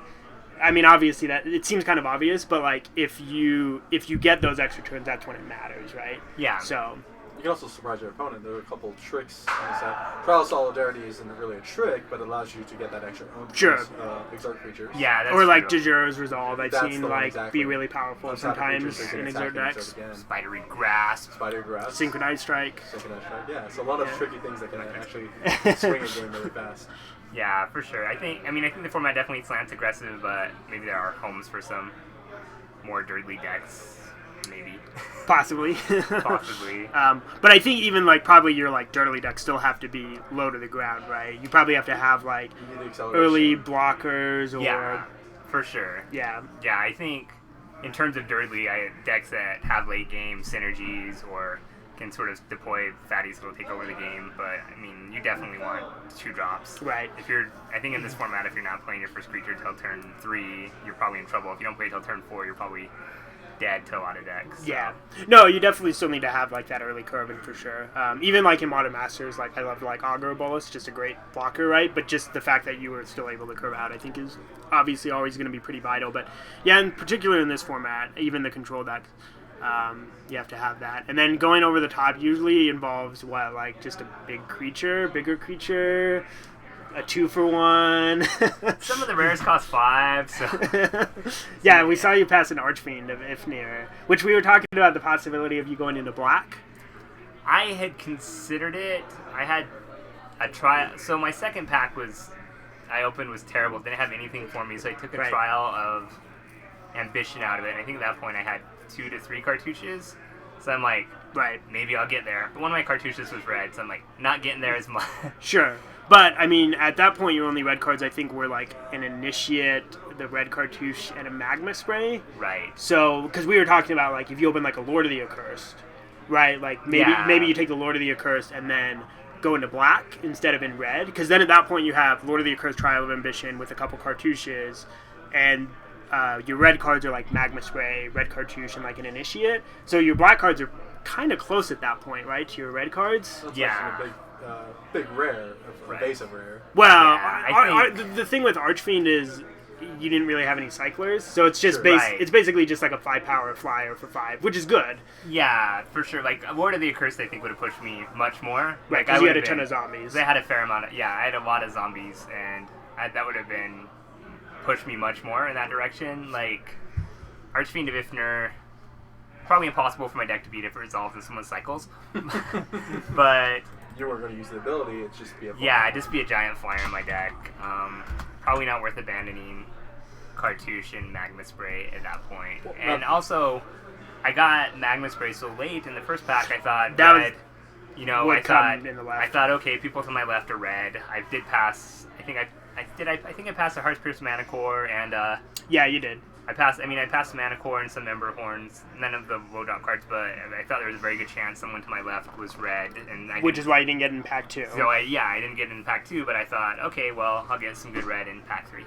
That was not the case, but Right, yeah. No, that was the other thing that I was thinking too, is that like the fact that you got a 5th pick Magma Spray in pack 1 means that red's probably open 4 seats to your right. I would assume that as well. Right. Right, you know. yeah, I mean, someone can always move in, but passing a Magma Spray that late, I think, is a pretty good indicator they're not going to. Not a lot of good red in the second pack, I think. Corey to my right ended up in red, but I did get a lot of good white cards, so that made me happy. I got I think 4th pick Gus Walker and a 5th pick Trial of Yeah, Solidarity. that Gus Walker was really late. Yeah, I so was super surprised. I was still pretty happy with the way the last pack went, and thought, okay, well, at least even after the first pack, I wasn't sure I was supposed to be in white, because I was getting white cards late, but there were 2/4 zombies. I'm like, this isn't a I'm like, maybe this is a signal zombies is open, but I don't know if it means white is open in general, but maybe those were just the white cards that were there. You got a decent amount in pack 2, right? You got like a Compulsory Rest, Talk Crop Elite. Yeah. I think a white cartouche. I think I got a compulsory rest in the first pack too. Is Right. that right? Yeah. Yeah. So yeah, definitely probably right to be white. Maybe not red, but I mean, basically, your only black cards if you took the Archfiend. I can't remember seeing many other strong black cards. Like, I didn't see any cartouches, which is No. obviously, like, a really good black common. No lords. I don't remember seeing really any other black cards that would have... no, I didn't see any Wayward Servants, the black-white zombie. That was the other one we talked about. We Yeah. were like, because I imagine Lord of the Accursed is good enough to justify you taking or going into black instead of red. But like, do you think Wayward Servant is good enough? I've played with Wayward Servant before, and he's okay. I don't think he's I would rather have like Magma Spray and Red Cartouche, I think, than Wayward Servant. in my deck. It's kind of how I feel about it. Looks like the round's think done, so. by the way, so we'll be starting up a new game here soon.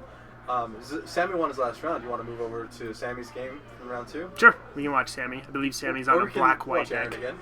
No, that's fine. You can provide the viewers with the update on mine. 03.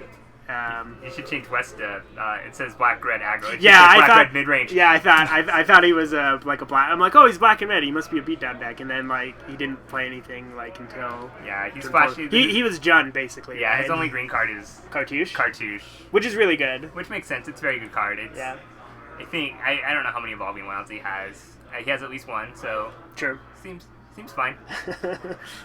Yeah, green Cartouche is a. I had originally estimated green Cartouche would be the best Cartouche. I think Originally, I think in a vacuum. vacuum, right? In a it's vacuum, more- it definitely is. I think in the terms that white is the best color, and then red is probably the second best. Sure. That sort of moves the cartouches up. right. Or I think at least that's the way. Well, most I think pros see it. I think the black Cartouche is a lot better too. I think than people realize. Like I thought Yeah. the black Cartouche was fine and didn't realize just how powerful it was. And I've had the black cartouche in a more controlling deck, and it's sort of key because you get beat down early, then you're like Right. slap it on my Angle Drake, And gain then- 5 life, yeah. then you're fine. So, Yeah. all right, well I'll leave you guys to commentate. Wish me luck. Good luck, Aaron. Thanks. Make some good mulligan decisions. All right, so we're going to be watching Sammy versus Corey. It looks like Sammy's on the left. They're both 1-0. That doesn't matter here. So Sammy, I saw his deck a little bit. He's playing like a... I thought it was pretty aggressive, but he's a white-black deck. Some synergies. Yeah, I think he's mostly just black-white good stuff. Yeah. Mostly. He's got like an Angel of Sanctions. There you go. He's got a Lord of the Accursed. He's got a couple final rewards. So he's got a lot of power in his deck, and this is kind of what we were talking about before. But like, the question is, can he get to There's nothing really special, turn right? 5 no or big turn bombs, 6? No, like... I mean, Angel's a bomb, Yeah, right? okay. Like, I mean, Angel's really powerful. Corey, I saw a little bit of him playing earlier. He was playing a green-red list. I saw his green monument, kind of doing some work. So maybe we'll see that again. Yeah, green-red I think is considered another really good color in this Really? format as well. Yeah, mostly just because like it's also the other exert pair. It's Sure. another good exert pair, Yeah. right? Like you know, a lot of the green creatures exert. Like we were talking about Hooded Brawler. And we talked about the 2 green spells that untap creatures too, right? Yeah, Synchronized Strike. And the Spidery Grasp. Yep. Grasp is I'll play Grasp. I'm not. It's not my like- favorite, but So it looks like Sammy's off with a Fan Bear. He's got, I think, a Miasmic Mummy, Supernatural Stamina. So he's actually got a pretty good early curve here. yeah. So he's going to attack. And then I think he's just going to play the Mummy here just to get the guy on board. The question is what he discards here, because he has It's all spells. business, right? He's thinking about discarding Supernatural Stamina. Possibly the cycling creature. Does it embalm too, right? Right, it does. But what he may be valuing here It's the is curve. no, is him making sure to hit land drops because he only has 2 lands. Oh, okay. And That's remember fair. how we were talking about how he has a couple expensive cards like Final Reward and Yeah. Angel of Sanctions. So Sammy more than Aaron wants to make sure he's hitting his land drops. Corey? No, Oh, okay. Sammy more than Aaron, right? From- Because yeah, we were yeah, talking yeah. about Aaron's deck being His a deck was very 15 land low, yeah. deck without a lot of lands and a really low curve. Sammy's deck is a little more expensive. Is playing cards like Angel of Sanctions, Final Rewards. So he really wants to make sure he hits his land drops. Is Corey going to play 3-drop? I'm hoping he is. I'm assuming he is. All right, there we go. What is it? So this is the Sure Shot Minotaur, I believe. And pull that up. 2/3 with reach, with And kind of fire breathing. kind of. bad fire breathing, but Yeah. 1 colorless and a red to give +1/+0. yeah. Reach is an interesting addition to that creature. But yeah, I mean, he's done some good things for me. Just getting through. He's a threat.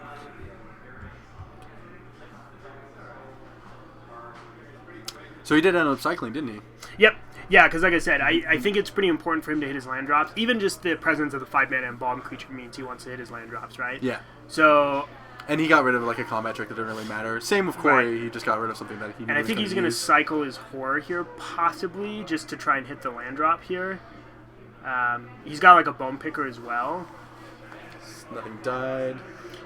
So Corey just took the damage, right? He was worried about a trick or something like that? Right. Well, Sammy does have an impeccable timing, which would have been really good for Sammy because he would have been able to impeccable timing the sure shot and then cast the...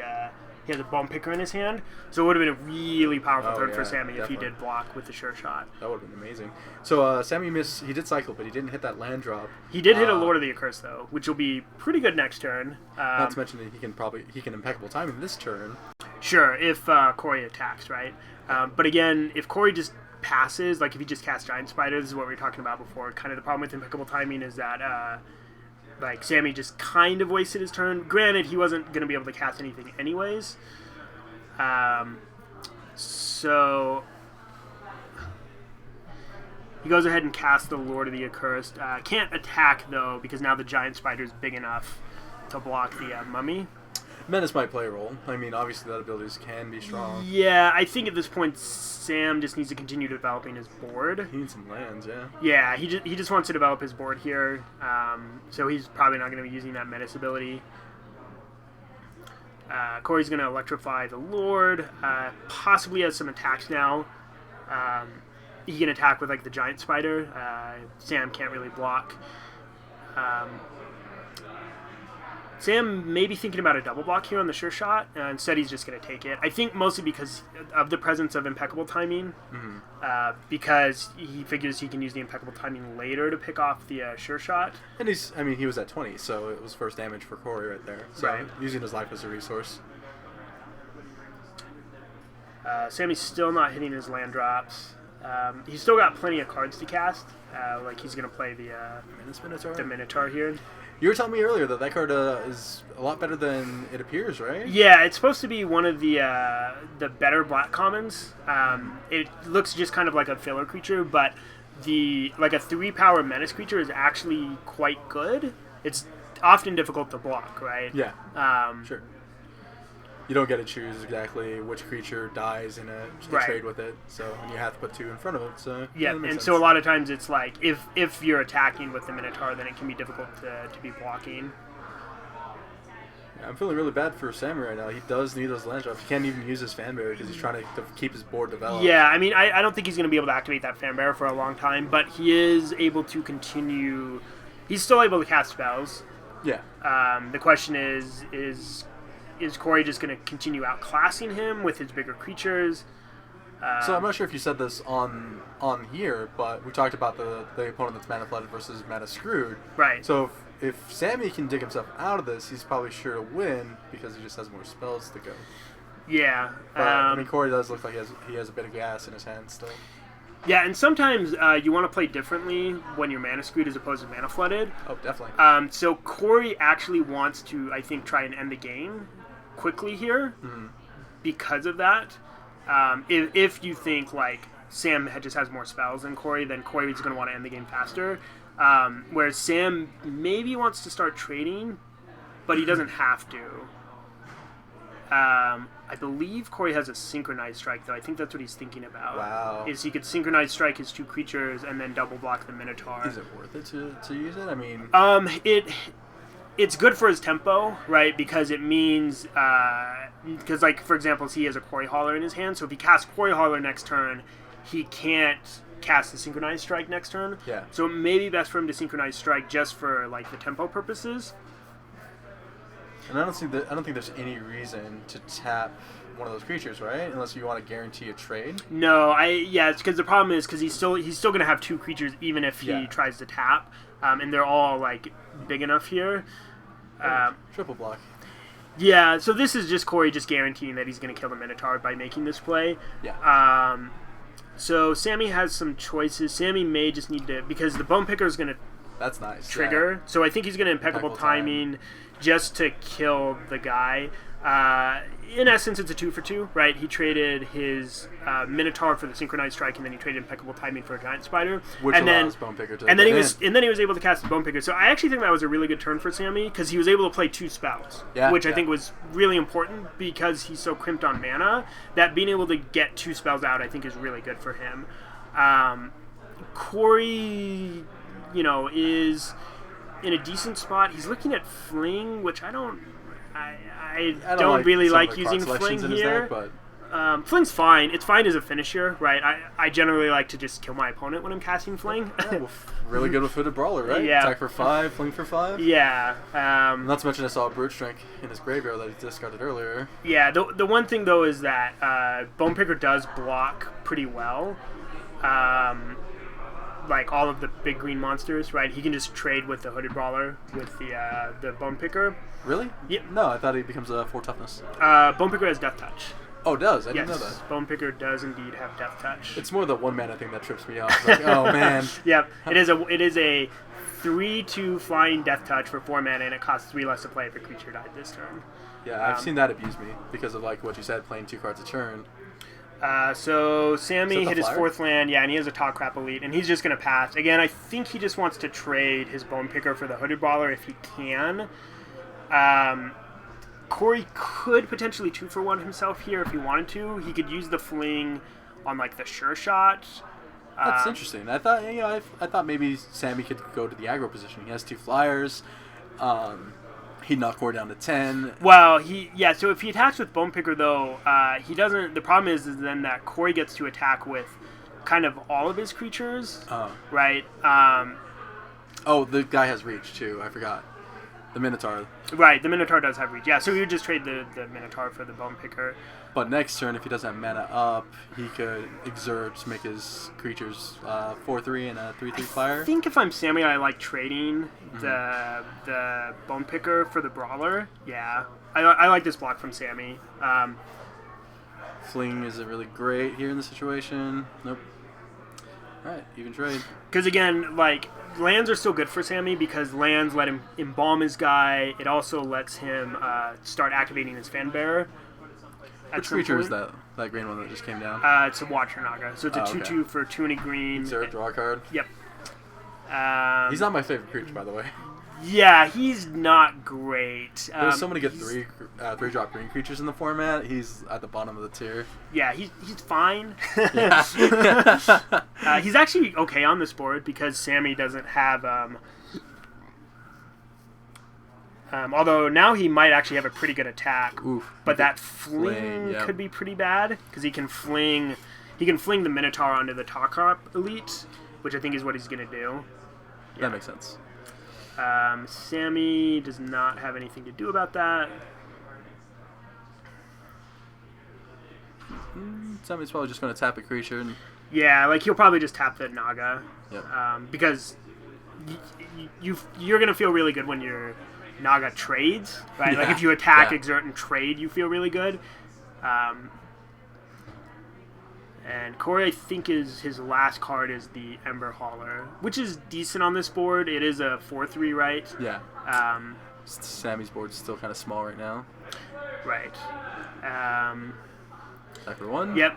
I like that attack from Corey. It's a free attack, right? Yep. Because he's representing a spell. And Sam doesn't really want to just lose his 2/2 at this point.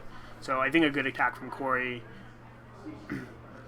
Sammy draws a land. So now the question is, he can embalm the 3/3 flyer, Yeah. which threatens to block the Naga and to trade with the Corey Hauler. He could also just pass, which is what it looks like he's going to do. He's just going to probably tap the...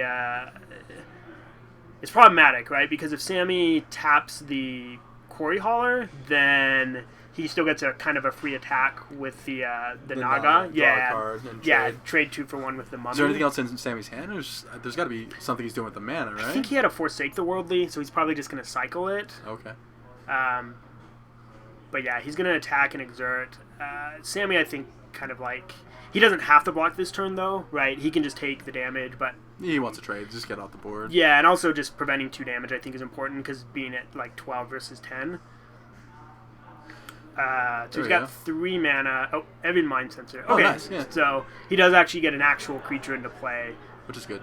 So he's going to attack. The 3/3 flyer. Oh, okay. He's going And to then a tap Spear again. Master, Sweet. which is great because Yeah. it lets him develop his board and continue to tap the Quarry Hauler. And the... Is that a Ronus? I believe that is Aronis. Ouch. Uh-oh. Yeah, looking at some trouble here. That's going to be problematic. I think Sammy's going to need to find either an Angel of Sanctions or a Final Reward. Does he have a cast out on his list? No, I don't believe so. But he does have 2 Final Rewards and an Angel of Sanctions. Okay. But that Ronus is going to be quite good here. Yeah, especially falling turns here coming up. Like, this turn is going to get hit for 4, but... Yeah, the question is does... I'm pretty sure Sam just taps the Quarry Hauler. Yeah. Then the question is whether he blocks the 1/3 with his Spearmaster. So the advantages of trading are that the more creatures you get rid of, the worse Ronus potentially gets, especially with the tapper out. Right, because then at that point, Corey only has the 4/3, which still means Ronus is live, which is kind of problematic.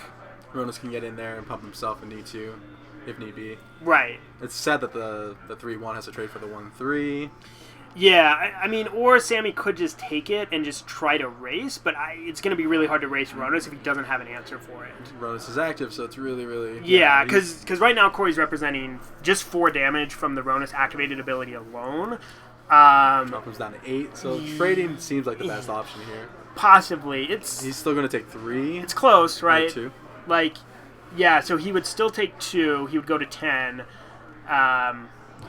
We don't know what that last card in Sammy's hand is, do we? It's a spell, I'm pretty sure. Okay. I don't know what spell it is. Yeah, this is a really interesting play. This is one of the more, like, I think, interesting decision points he's going to have. So Sammy's probably debating what outs he has in the setup and if trading is worth it. Yeah, so I think it's more of a question of, the problem is he can't really attack next turn with the Spearmaster. That's the other problem, he just can't do it. Yeah, so because the Ronus is in play, and he doesn't really want to tap the Ronus with the Fanbearer because then he's going to take 1 million damage on the swing back. So, I mean, tapping the Ronus is probably the best option anyways, right? Well, but he wants to tap on his turn, on Corey's turn, not on Sam's turn. I think Sam just drew a Final Reward, I believe, which would be pretty good. So he's a Forsake the Worldly, which he just kind of wants to cash in at some point. Okay, there we go. So we drew a Death Touch here. Yeah, tap Ronus. We have a Core Hollow to worry about. Well, yeah, so he taps Ronus. Then he's going to take like 1 million damage from the Quarry Hauler. Because he's going to be able to... He can pump the Quarry Hauler twice, potentially make it 8 power. So then Sam would take 6 and be at 4. Ronus is really strong. I mean, Mythics can swing games. This is one of the better gods. Like... I think it's the best limited god, right? Like, Ketra's whatever, Bantu's... Yeah, Ronus is definitely, I think, the most powerful. He's the most easy to turn on. Yeah. He's the cheapest, right? Well, he's one of the cheapest. He's 3. Hazarat's pretty good, too. Yeah, I haven't seen Hazard. Oh, I guess you can, because it's towards the end of the game, you're going to have haste, or no cards. Yeah. And especially if you have a really aggressive deck, right? He's a great, like, top end. And all your lands become fuel. Yeah, they become shocks. Yeah, exactly. It's great. So Sam taps the Ronus. I'm not sure what card that is in Corey's hand that he drew. If it's an Initiate's Companion, I think that's actually pretty good for him. Yep, trade, take 6. Yep, go to 4. So awkward. Yeah, I think it's an Initiate's Companion, which is probably good enough because it's another creature. Oh, the 3/1? Okay. Let's see what Sam drew. I think if Sam draws a Final Reward, he's in a really good spot. Or Angel of Sanctions. Sanctions would be really nice right now. So what does the 3/1 do? Is it can't be blocked by zombies, or no? It just when it deals damage, untap something. Combat damage. Yeah, you get to untap something. All right, so he's gonna cycle, which is not a good sign if he's cycling. I think he just drew 2 land. I think he's just dead now, unfortunately, because Corey can just activate.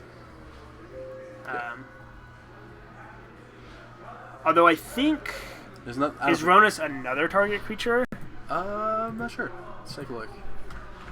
Because he could just chump here, right? If that's the possibility, or if that's the case. I'm not sure, though. Another target creature. Yeah, so Sammy is now going to have to chump block. He can't chump, though. No, he can. So he can tap the Initiate's Companion, and then when he activates to pump his Initiate's Companion to activate the Ronus to enable it to attack. Yeah. Although now he's just tapping 1 million mana. Oh, Nissa. Oh, Nissa. Is that it? Yeah, No, it's that's 6. gonna do it. 6 enough to activate her? On Yeah, tap? yeah, Okay. he's got 6. Yeah, I saw him splash that card. I thought it was really cool. 2 mythics. Good job, Corey. 2 mythics, yeah. Yeah, I think. Yeah, Sam had 3 answers, I believe, for the Ronus.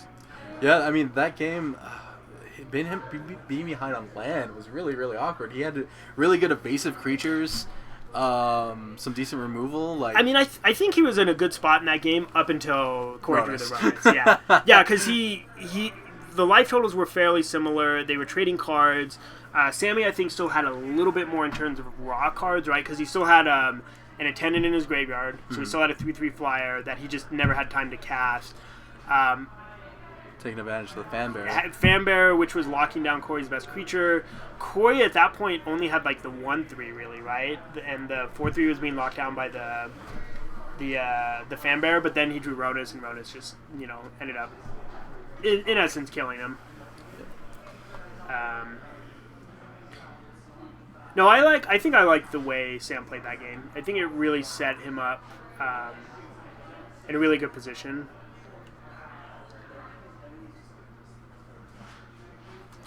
Shuffling up. Looks like Sammy doesn't really have anything in sideboard. He said his deck was kind of scarce, right? He had a my guess is he probably cited out that Forsake the Worldly, probably for something else. I'm not sure what else he has access to. I know he had a Renewed Faith, but I wouldn't really want Renewed Faith, I don't think, in my deck. Maybe like a Mighty Leap or something, possibly. Combat Trick? Was that necessary? I mean, it might just be better than just like the random 2-mana cycler, right?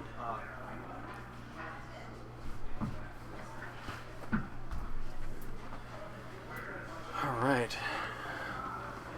So, Sammy wasn't able to go low, and the Dirtle deck kind of slowly built up some big creatures, and then yeah, I think Sammy its really weight. needed to hit I think Angel of Sanctions was probably pretty important. Sam goes ahead and mulligans. immediately. Even just like Final Reward, right? Like if he draws a Final Reward, he has, I think, a better chance of fighting back in that game. Oh yeah.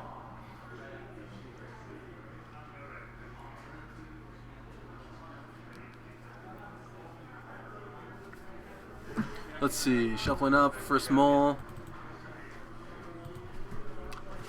So it looks like Corey's keeping, was that a 2-land hand? Bunch of 3-drops? Yeah, I think he has 2 forests, and then I'm not sure what So like a spells Hooded he had. Brawler. Okay. Yeah, I'd be fine keeping that hand on the draw, especially. A couple spells, no lands. He does have 2 lands, so Perfect. yeah. So Scry Sam is going keep. to keep that Scry. I love the new Scry ability, by the way. The new I Scry wasn't rule sure for initially mulliganing? when it came out. Yeah. No, I think it's really awesome. It encourages you to mulligan your 7-card hands more, Yeah. right? Because like scrying's almost as good as mulliganing. The question is whether he wants to play Mummy here or not. I'm not. Yeah, I kind of agree with that. Like not playing Mummy here, because Sammy's resources are going to be kind of taxed this game, so he doesn't really want to like discard a card. And I think Corey's much happier trading a card in his hand for a card in Sammy's hand. I imagine Sammy's just going to use a compulsory rest on the Hooded Brawler. Get that guy out of the game. Right. Attacks with the Mind Sensor. I guess he's passing. Does he have impeccable timing? Yeah, No. he does have. I think he does have impeccable timing. The question is whether Corey can sniff it out and he attacks with Exert. Did it seem like he was aware of that card before? Like it looked like Corey was Yeah, playing he around did it play last around game. it. Oh, the other thing is if he does attack with Exert, then Sam can just put the trigger on the stack and impeccable timing it. Oh, that's right.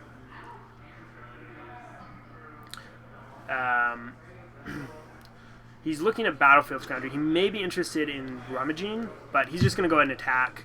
And then, yeah, Sam's just going to have him put the trigger on the stack, and then he's going to impeccable timing it. Yeah, so that was pretty good from Sam. Ah, those spiders. Yep. So now I believe he's going to compulsory rest. Oh, no, he has Mighty Leap. Yeah, so he's just going to See if he falls for the trick. Corey's probably not going to do this. Like it seems like anything in his playstyle he won't. So So it's interesting. So I tend to be of the philosophy of that, like, you just want to force your opponent to have it every time, because you're going to have to run into it at some point in the game later anyways, right? Like for example, if you think Sam has a +2/+2 card in his hand, he's always going to have a +2/+2 card in his hand, right? So it's better to, like, just not take the damage and just force him to play it. Like, for example, like, Sam doesn't have a 4-drop in his hand, but let's say he did have a 4-drop, right? Then, like, you prevent him from playing a 4-drop. Now, one argument in this particular match for not blocking and forcing a trade with the trick with the creature is that Sam has Bone Picker in his deck. Oh, yeah. Right? That's So you really don't big. necessarily want Sam to be able to pump his guy, kill your guy, and then play a Bone Picker. Because, again, like, that's a huge tempo swing in Sam's favor. But here, Sam doesn't have a spell or a creature at all, so he just is going to have to pass the turn. So my question is, if I was Corey, I was thinking that situation. Sure, Bone Picker is a viable threat. I guess it'd be considering what would I do if I lost my spider, or what can I do to save the spider in the future if my opponent does have that trick. I'm worried about. Right, exactly, right. Well, I guess he's content to trade damage, which I think Sam's actually really happy about. I think you're happy if your 2/1 flyer is trading damage with Giant Spider. Oh, yeah. Instead of just being held off. All right, so Corey's going to take a turn off to cast Bonus Monument. Sammy drew a land here, which I think is really good for him because he has Angel of Sanctions, and he may just play Angel of Sanctions on the Giant Spider. Now, he knows Corey has Electrify, but I think I like just playing it because you're not going to be doing anything else anyways. You utilize all that mana, get rid of the creature on the board. Yeah, and it has Embalm, so if he does draw a land, then he can just Embalm it if Corey does have an Electrify, which I think he does have an Electrify in his hand. The thing, though, is, like, even if Corey electrifies it, it's still fine because, like, for example, he has a Colossopede in his hand. So he basically takes a turn off of casting, like, the Colossopede, right? Yep, and then Spider's staring down at the Mind Sensor. Which, again, he runs into the problem of, do I block? Do I not block? Yep. Oh, maybe he doesn't have Electrify. Maybe it's True Heart Twins instead. Oh, yeah, I like that guy. Yep, which is really good for Sam, because that means he's pretty far ahead in the tempo department. He draws a Fanbearer, which is pretty good. It's really good. Yeah, he can even... I think I like... I might at this point just go Fanbearer, rest his 4/4. But, I mean, his passive ability is still effective. Sure, but Corey has no other creatures, right? I'm not sure. He has a handful of spells, man. Like, he has a Nissa in there that he can't cast Right, but now. he has no other creatures in play. Yeah, right? that's right. So, like, he's at 9, staring down, like, 5 points of flying. His next creature, right, if he has another big creature, isn't going to be good either because of Fanbearer. It's true. That's true. Tempo races. Yeah, real. I really like playing Compulsory Rest here on the Twins. Corey looks frustrated. Not sure what to do. Yeah, I mean, he can play the Sure Shot, but he just knows it's going to get tapped. He could play Colossopede just to have a big creature to try and race, but Sam's at 18, so he's not in a great spot to race right now. Granted, the Monument potentially is a lot of explosive damage out of nowhere, right? Like, he could play 2 creatures in a turn and make his Colossopede a 9/9, but the problem is it's not good versus Fanbearer. It's not going to win. Yeah, it's not going to win in a turn or 2 turns, and Sam is going to win in 2 turns here. Yeah. So. Corey not having a way to interact with the Angel of Sanctions, I think, is really bad for him. If he had a way to interact with the Angel of Sanctions, then I think this game would be a lot closer. But I think Sam's still far ahead right now with his flyers. So I feel like he should just attack with the Angel. Well, he just drew a final reward, so I think that's a final reward. It's always hard for me to tell. So yeah, so he's just going to attack because he has the Mighty Leap. So he's just looking to trade Mighty Leap with the Sure Shot. And then use the Fanbearer, like, to use it in combat. Now, it may have been better for him to just tap and attack, because that puts Corey to 4, and then he's dead next turn without having a flyer. Although he does have Compulsory Rest, so he can go to 6. There you go. Yeah, I mean, I like tapping the reach guy at the end of the turn and then being able to tap something. Yeah, see, like, look, he still didn't block with the Sure Shot, which, are you, like, never going to block? Like, what is, you're just going to get tapped down. I think that was his best chance to try to kill it. Yeah, like, I get a trick, maybe. Yeah, I'm pretty sure you have to block there. Sam's got final reward and a Fanbearer activation. Because now the Sure Shot can't ever block, right? Yeah. And in fact, I think Sam's actually happy that he has the Mighty Leap because it means he can just finish Corey off next turn. Well, it's good. I want to see Sammy in Game 3, although he's going to be on the draw. Yeah, Corey's deck is slow enough that I think being on the draw is not as big a deal versus a deck like Aaron's, where he's looking to apply a lot of really fast pressure. Yeah. What's your thought on the green monument specifically? It's really good. Is it your favorite? No, I think the white monument's the best monument. Oh, free tokens? Yeah. Yeah, but the green monument's still pretty good, I think. Because it does give trample as well, right? Yep. Trample seems very relevant. Like, not to mention, like, there are a lot of 4 toughest creatures in the format, or at least a good amount for like white and black. So getting over those creatures is pretty nice. Yep. So Corey played a companion and pumped his scavenger, whatever that guy's called, the rummager, and then Sam tapped it, which means that his Minotaur is still untapped. But I think he can just tap and kill him. He doesn't even need to. He just attacks 2 creatures, Mighty Leap, but obviously that leaves him open to fling. Well, no, Corey has compulsory arrest, so he can sacrifice his creature. Okay. Yeah. So in order to guarantee the kill, Sam wants to tap the sure shot and then attack with both creatures. Then if fling doesn't happen, he'll finish him off with Mighty Leap. Right. Yeah, so he's going to sacrifice... Oh, he's tapping 3. Spider Synchronized Strike. Synchronized Strike. That's a pretty good one. Decent. Yeah, I'm wondering if Sam was supposed to use his final reward at some point in this game. The problem is I think he's still in a bad spot, right? Because his sure shot's at 4/5, so he can block the Angel of Sanctions, which then gets Mighty Leapt. But if he doesn't block the Angel of Sanctions, it gets Mighty Leapt and he loses the game. So he does have 2 mana up, right? So yeah. Yeah, so he just has to block. Trade his Minotaur, and Sammy's probably going to win the following turn. Yeah, because he's going to take 2, go to 2. Corey can sacrifice, but he doesn't have a blocker for the flyers.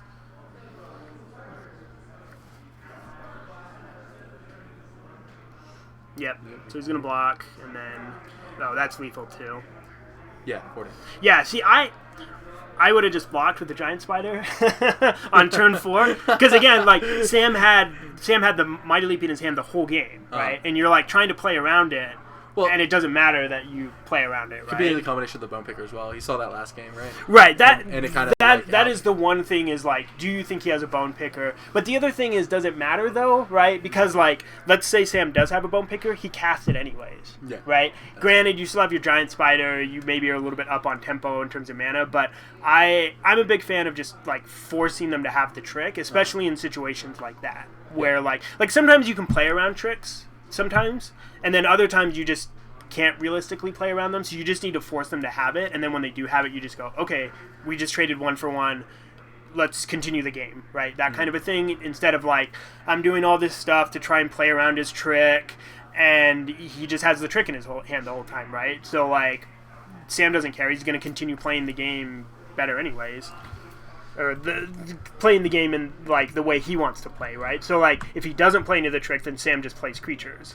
Bone Picker is such an interesting card. Like, yeah, sometimes just trading a trick for a spider and like that's all you do. But with Bone Picker, it develops your board even more. It's it's so strong. But the thing is, like I said, like he would just play Bone Picker anyways if he had it, right? Granted, the mana advantage isn't as good because instead of like losing your spider. And him having a Bone Picker, he just has a Bone Picker and you still have Spider. But you're still worried about the Mighty Leap in his hand or whatever. Yeah. You assume he was worried about the Mighty Leap. Bone Picker not being really Bone Picker would swing the tempo. Yeah, if Sam attacks with like a 2/1 into your 2/4, you assume he probably has a +2/+2 trick of some sort. Is the most reasonable assumption. Which, like I said, I just like blocking. I just like being like, okay, I'm going to block, play your trick, okay, we're done. Like, move on with the game kind of a thing. Yeah, that makes sense. Another thing, and I don't see players do this a lot, but watching the way Corey plays, I would not be surprised to see Sam run a good old Mike Turian on... just attack right into his creatures, right? I mean, again, Corey seemed worried about it. The way he's playing makes me think that he will play around the trick every time, and if Sam can get free damage in, sometimes it's really big. Like, you know who Mike Turian is, right? Yeah. Old Pro Tour Hall of Famer. Oh, yeah. But he was famous for attacking like 2/2s into 4/4s with nothing, right? Like he would have stone cold nothing, would attack a 2/2 into 4/4. Now, granted, Mike was the kind of player that loved to play combat tricks. Yeah. He loved to have tricky cards in his deck. But he would get, I know that was a story where he would just get so many free attacks. And just not stone cold have nothing. So I like that because like I feel like that trick, that bluff, doesn't work as well as a casual player, but more of the experienced players Right. who know about tricks Right. and stuff like that. And you have to know your opponents too, Yeah, right? that helps. Like the way I've been talking, like it's probably not a good idea to try and run a bluff versus me because I'm so apt to just play into it anyways. A lot of the times, or just force you to have it, kind of a thing. But like Corey, right? Like Corey was playing so hard against that trick that Game 1 and Game 2. Yeah, Like, so this both games. game, I would not be surprised if Sammy was able to run some tricks. It's a nice magma spray. Yeah, Magma Spray is a card that is particularly good versus pump spells, though. So Sammy's hand, I think he has a Plains, an Irrigated Farmland, a couple white cards. I think what he's debating about doing is whether he wants to cycle the Irrigated Farmland or play it as a land drop. What's really going to bad is that he's going to get a free time, or Corey's going to get a free turn to attack and then Right. play a monument, making this 3/1 a very big threat on the following turns. Yeah. Sure, it's not a creature, but that monument's going to make that cheetah do a lot of work. Yeah. Yeah, the problem, though, is that... Colossal Peak can come down next turn, too, actually, if he has a land. Yeah, the problem is that Sam doesn't have any swamps, so I think that's why he's looking at cycling. Sure. Interesting, he didn't cycle the farmland. No, I guess that makes sense. So that way, in case this situation comes up, He can still lay the land. yeah. So he's gonna play that. He could play Sacred Cat here. He could just play Compulsory Rest, just kind of gambling on Corey not having a lot of creatures. But Cat's good because if Corey doesn't have any creatures anyways, he can't pump the companion, which now Corey is thinking about Magma spraying the cat, which he's not going to. Don't spray the cat. Ooh, that's unfortunate. Although he can play Hooded Brawler. The monument doesn't require mana to activate, Naga. right? Oh, it's a Naga? Oh, Yeah, okay. but it's still good enough though because it'll let him attack with his companion past the cat. See? It's pretty strong. Although Sammy is stumbling on mana right now, so... Well, he's hit all his land drops, but he doesn't have any black mana. So I think this turn's pretty important for him to draw a swamp here. Corey has Nissa, Synchronized Strike, and Magma Spray in his hand. So Sam drew a land, but not a swamp. But he can still cast... I think most of his spells are white. I think he only has one black spell, so it's probably not as big a deal. But he did spend a turn cycling, and he didn't really play anything to develop his board. Sure. And did Corey actually have a Colossopede in his hand? No, I don't No? think so. Okay. I'm pretty sure he would... Oh, does he? That's what I thought. So he needs one land, and he get Oh, that I out thought he there. had a Synchronized Strike. It's hard for me to tell some of these cards. Well, that's hard to see without the proper camera angles, but... Yeah, so, if he draws a land, Oh. that's pretty good. So it's going to let the companion attack again for 5 damage. More importantly, though, a 5/5's on the board that Right. can't be compulsory arrested right now because it's already used on... Well, Sam's just going to compulsory arrest the Colossopede. Wait, he has another one in his hand? Did he... He used it on the 2/2 Naga. Naga. Hoping that Corey probably doesn't get out of card advantage kind of thing. Like, He has a Mighty Leap, yeah, so I think he's just going to Mighty Leap here. that's fair. Pretty good. Like, it actually gets around the Magma Spray. Lifelink too, right? Yeah, so he gained... Well, but the guy is trample, so he in essence gains 1.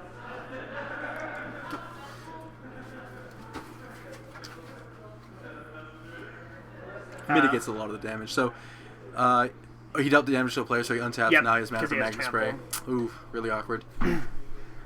That Colossopede, though, that's one of the better commons, I think, for green. It's fine. It's just like a a big big dude. guy, right? Did I tell you how much I love that 6/7 Hexproof guy recently? Yeah, that guy's quite a bit better. He's an uncommon, but man, he is strong. Yeah. Yeah, Sam can't quite block the Colossopede here. He could just chump if Corey doesn't have a creature just to soak up and gain 6 life in essence. Lose the creature. Corey did draw a creature though, which is pretty good. And he has a Magma Spray too, which he probably is just going to hold on to. I mean, you might just want to Magma Spray the Crop Master. I guess you don't care You though. don't need to until on a turn, right? Yeah, you don't necessarily care about it. You might as well see what comes up after Sammy's turn. Yeah. Corey drawing a string of creatures off the top has been really good for him because it's enabled him to to trigger his monument every turn. The reduction in mana cost is super helpful too. I mean, obviously you cast the Velocipede. Yeah, being able to, obviously if you didn't have a Velocipede in play, this game would be a lot different. And this turn again with the Spider and Magma Spray still up. Yeah, and he isn't able to block. Like the cat just isn't good at blocking the Velocipede in that situation. Angel of Sanctions would be really nice here, but I'm not even sure if that's going to be quite enough. I don't even know if Sam has it in his hand. And he doesn't have the land, to cast it. So he's, I'm not sure he's in a great spot here. He's really behind that 8-ball. Yeah. 6 life. He's got to forsake the Worldly for the Monument, but I think it's just too little at this point. Too late, yeah. Yeah, I think the Monument's already done most of its damage. Now he's going to try to utilize his mana, kill the Crop probably. Yeah, so Corey's debating about whether he wants to Magma Spray like the Crop Master. Obviously, he can just Magma Spray if Sam goes for a double block, which I think Sam is kind of obliged to do at this point. But the advantage of Magma Spraying, on just immediately is that you are threatening a lot of damage, right? Granted, though, I guess you don't threaten any damage though if you do that, because Sam would probably just block the Velocipede with the cat and then put the 2/4 on the 2/4. He's going for it. I mean, he's in the leading position, so it makes sense. Yeah, so Sam's actually just going to make that block anyways, right? He's just going to block the Velocipede with the cat and then leave the Spearmaster back and then just block the Giant Spider with the Those Who Serve. Because he can make the double block next turn if he feels like he needs to. He may just be playing to Compulsory Rest at this point. And if the black card is a final reward, which it's not, it's a Splendid Agony, which is actually not bad. Looks like Nissa probably next turn if Corey doesn't do anything, which doesn't do anything really. It does let him fix his draws, which is pretty good in this situation. It goes up to 5. If he draws a line, it goes up to 6. That means after one activation, it goes to 4 to 6. Yeah. And then the next turn he has 2 5/5 flyers. Oh, he's gonna kill the blocker. Okay. He killed the 2/4, with the Magma Spray. Yep. Get that block out of the way. Trample will do the rest of the work, it looks like. Sammy... Missing that 5th land. Yeah, he's going to cycle the Forsake the Worldly. The Monument's already done his damage. So now he's got the black, so he can Splendid Agony. Question is that good enough? I don't know, because he might be thinking he's going to have to Splendid Agony the Velocipede and then trade the Spearmaster for it. You don't feel good about doing that, but it might be what he has to do, and then just hope Corey's out of gas. We know Corey is a Nissa. He drew another spell. It's a creature, though, right? Yeah, it's interesting, right? Do you just play the creature? +2/+2. Sam's just under so much pressure right now that, playing the creature just provides so, right? It's a trample effect, plus it's another dude on right, the board. And just +2/+2 and another creature on play. It's with the quasi-fire breathing. Yeah. So it's really good. Yeah, I like just playing the creature here. Yep. Give it a spider trample or something. Maybe not even the spider. Yeah, claw speed. Claw speed. Fine attacks. Yeah. 2/4s. Sam's obligated to, because he can't even Splendid Agony the spider twice and then block it with the 3/1 to get a clean trade because he dies at that point. Yep. Super awkward. So it looks like Sam's going to lose this one. Yeah, I saw a lot of work for that monument. I'm really, Yeah, I think the green monument's quite good. It did a ton of damage, right? Yeah. This game. I mean, it just allowed it for so many good attacks when Sammy was behind. Yeah, I don't know what Sammy's supposed to do in this situation. I guess he can. I don't know what his outs are. -2. Yeah, but the problem is he goes to 1 if he does that play. If he does a play that I'm thinking he's doing. Yeah, which so is, put a -1 counter on both the creatures. Yeah, that's what he's gonna do. Yeah. Because then he can still play Angel of Sanctions and and have a blocker for the sure shot. Yeah, I guess that's true. I guess that gives him an angel out. Yeah, you don't feel good about it though. Oh, not at all. Not at all. Do not. Not to mention if the guy draws a creature. Yeah, then one he. man, well. Yeah. I think he drew a final reward, which is kind of a bummer because he would have needed it, I think a turn or two earlier. He has a Bone Picker, which he can't do anything with. Yeah, so that's just going to be game for Sam. All right. That looks like that's game over. 1-2. Sorry, 2-1 Corey.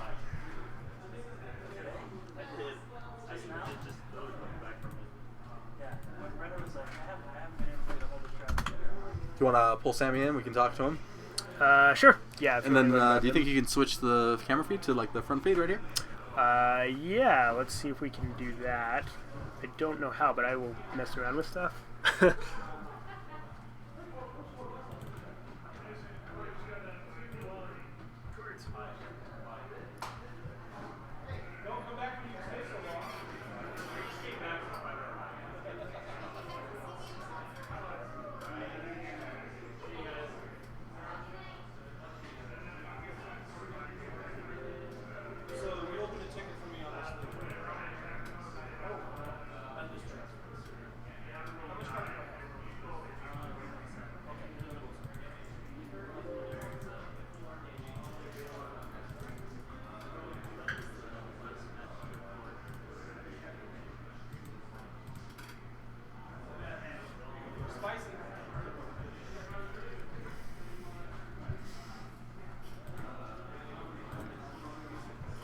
Yeah, you just have to see what Drew and Drew will talk to you about it. Intrusive. Yeah.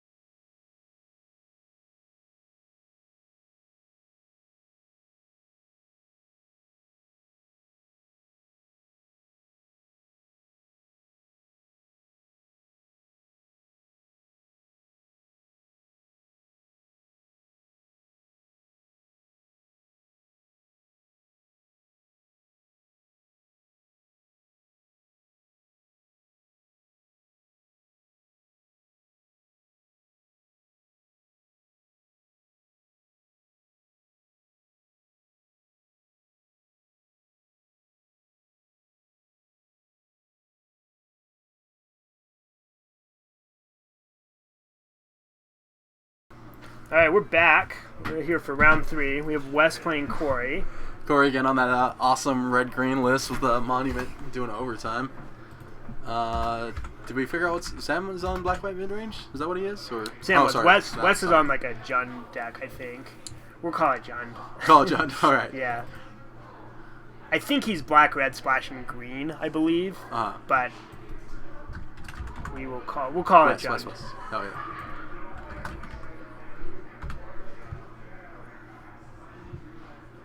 You know, it's worth splashing those third colors if you get enough cartouches and trials, right? Yeah, I mean, yeah, I think so. Like, I wouldn't mind. I definitely splashed the red one. The black trial, that's hard to say. It's closer on the black trial I like for sure. the black cartouche a lot, though. I'd splash Yeah, that. yeah, the black cartouche is really good. Yeah, the red trial for sure I would splash. White trial if you're aggressive, maybe. I feel like sure maybe aggressive, but I feel like if you have like a Like, high number of exert creatures. I'm just trying to think what deck when you're not Green, red. white if you're splashing. Yeah, green red, right? Green red's like the Possibly. only one with exert triggers. Although I don't care for the green exert guys as much. I mean, the red guys get big and aggressive or I mean, evasive. Brawler's really good. We were talking about Brawler, yeah, right? yeah, big Like, fat guy. 3 mana for a 5/4, right? Is quite large. Yeah. Um, I don't care for the Naga guy. The 2/1, the 2/2, the bear that turns into a 3/2 Death Toucher. that guy's not great either. Yeah, it doesn't The, really. the problem with that guy is he does just get blocked by a bears, 2/2, right? yeah, exactly. So Corey looks like he's mulligan. Scrydy's card to the bottom. He's out for the forest. Wes has an Evolving Wilds, which is probably great for him because it's going to fix his mana up. I think he has a bunch of mountains, so he might just get a swamp here. So, have you seen anything on that the Paradise Gift deck? Like some of the pros were playing. I have not. Some of them were talking about playing like a lot of Gifts Paradise, and then you can just play everything. Like you can play 4 or 5 colors. You can just play like the best gold Sure. cards, like just splash into things and You abuse get- any cartouche or trials you do draw or That's true. draft or play. I guess you get Angler Drakes too, Yeah, because nobody takes Angler Drakes. But I imagine Angler Drake's pretty good in the Gift of Paradise deck. Yeah. So Corey's got a Scrounger here. Wes looks like he's just cycling Ceradon. Great card to cycle early. Yep. Generally, those guys get cycled. Not always. But I'm generally. not. It's that 4 toughness doesn't do it quite for me. Like if it was a 6/5, 5/5, that extra 1 toughness. Yeah. Wes is going to go ahead and play a Cursed Minotaur here. I think Corey's pretty happy just to attack into that, especially not hitting lands. I think you just attack and exert. Now the question is, although I guess he gets to see if he hits a land or not. I like just attacking and exerting here. It's a good attack. Wes doesn't even necessarily want to trade here, I don't think. What's the exert on this red guy? So anytime in a creature you control exerts, you can discard a card, and if you do, you draw a card. yeah. So yeah, you get a rummage basically. He's going to exert. You can get rid of something crappy. It looks like he's looking for lands. Yeah, I think I would discard the Duelist because I think he has Monument in his hand. He does. And the advantage with Colossipede is it gets the cost reduction, and it is just a little bit bigger. Discards a 3-drop. Does not draw a land, unfortunately. Is that his Gifts Paradise? Might have been. He might be playing that just as a way to cast his Nissa. Yeah. Not to mention, I guess this deck is a little slower. Yeah. I mean, he has a couple 2-drops and a couple aggressive like pump spells, but Yeah. a little 3 life might make a difference in slowing or counteracting the aggro decks. Wes does not block. Would rather just go ahead and attack with his Minotaur, which I think is fine. It's a better creature, right? Yeah, and well, it's not necessarily a better creature, but like Corey's not untapping with the creature next turn. Wes has an Emberhorn Minotaur. Now that guy, that red exert creature is phenomenal. It's the same as Hooded Brawler, man. Hooded Brawler's a 5/4. That guy's a 5/4. Menace, my friend, menace.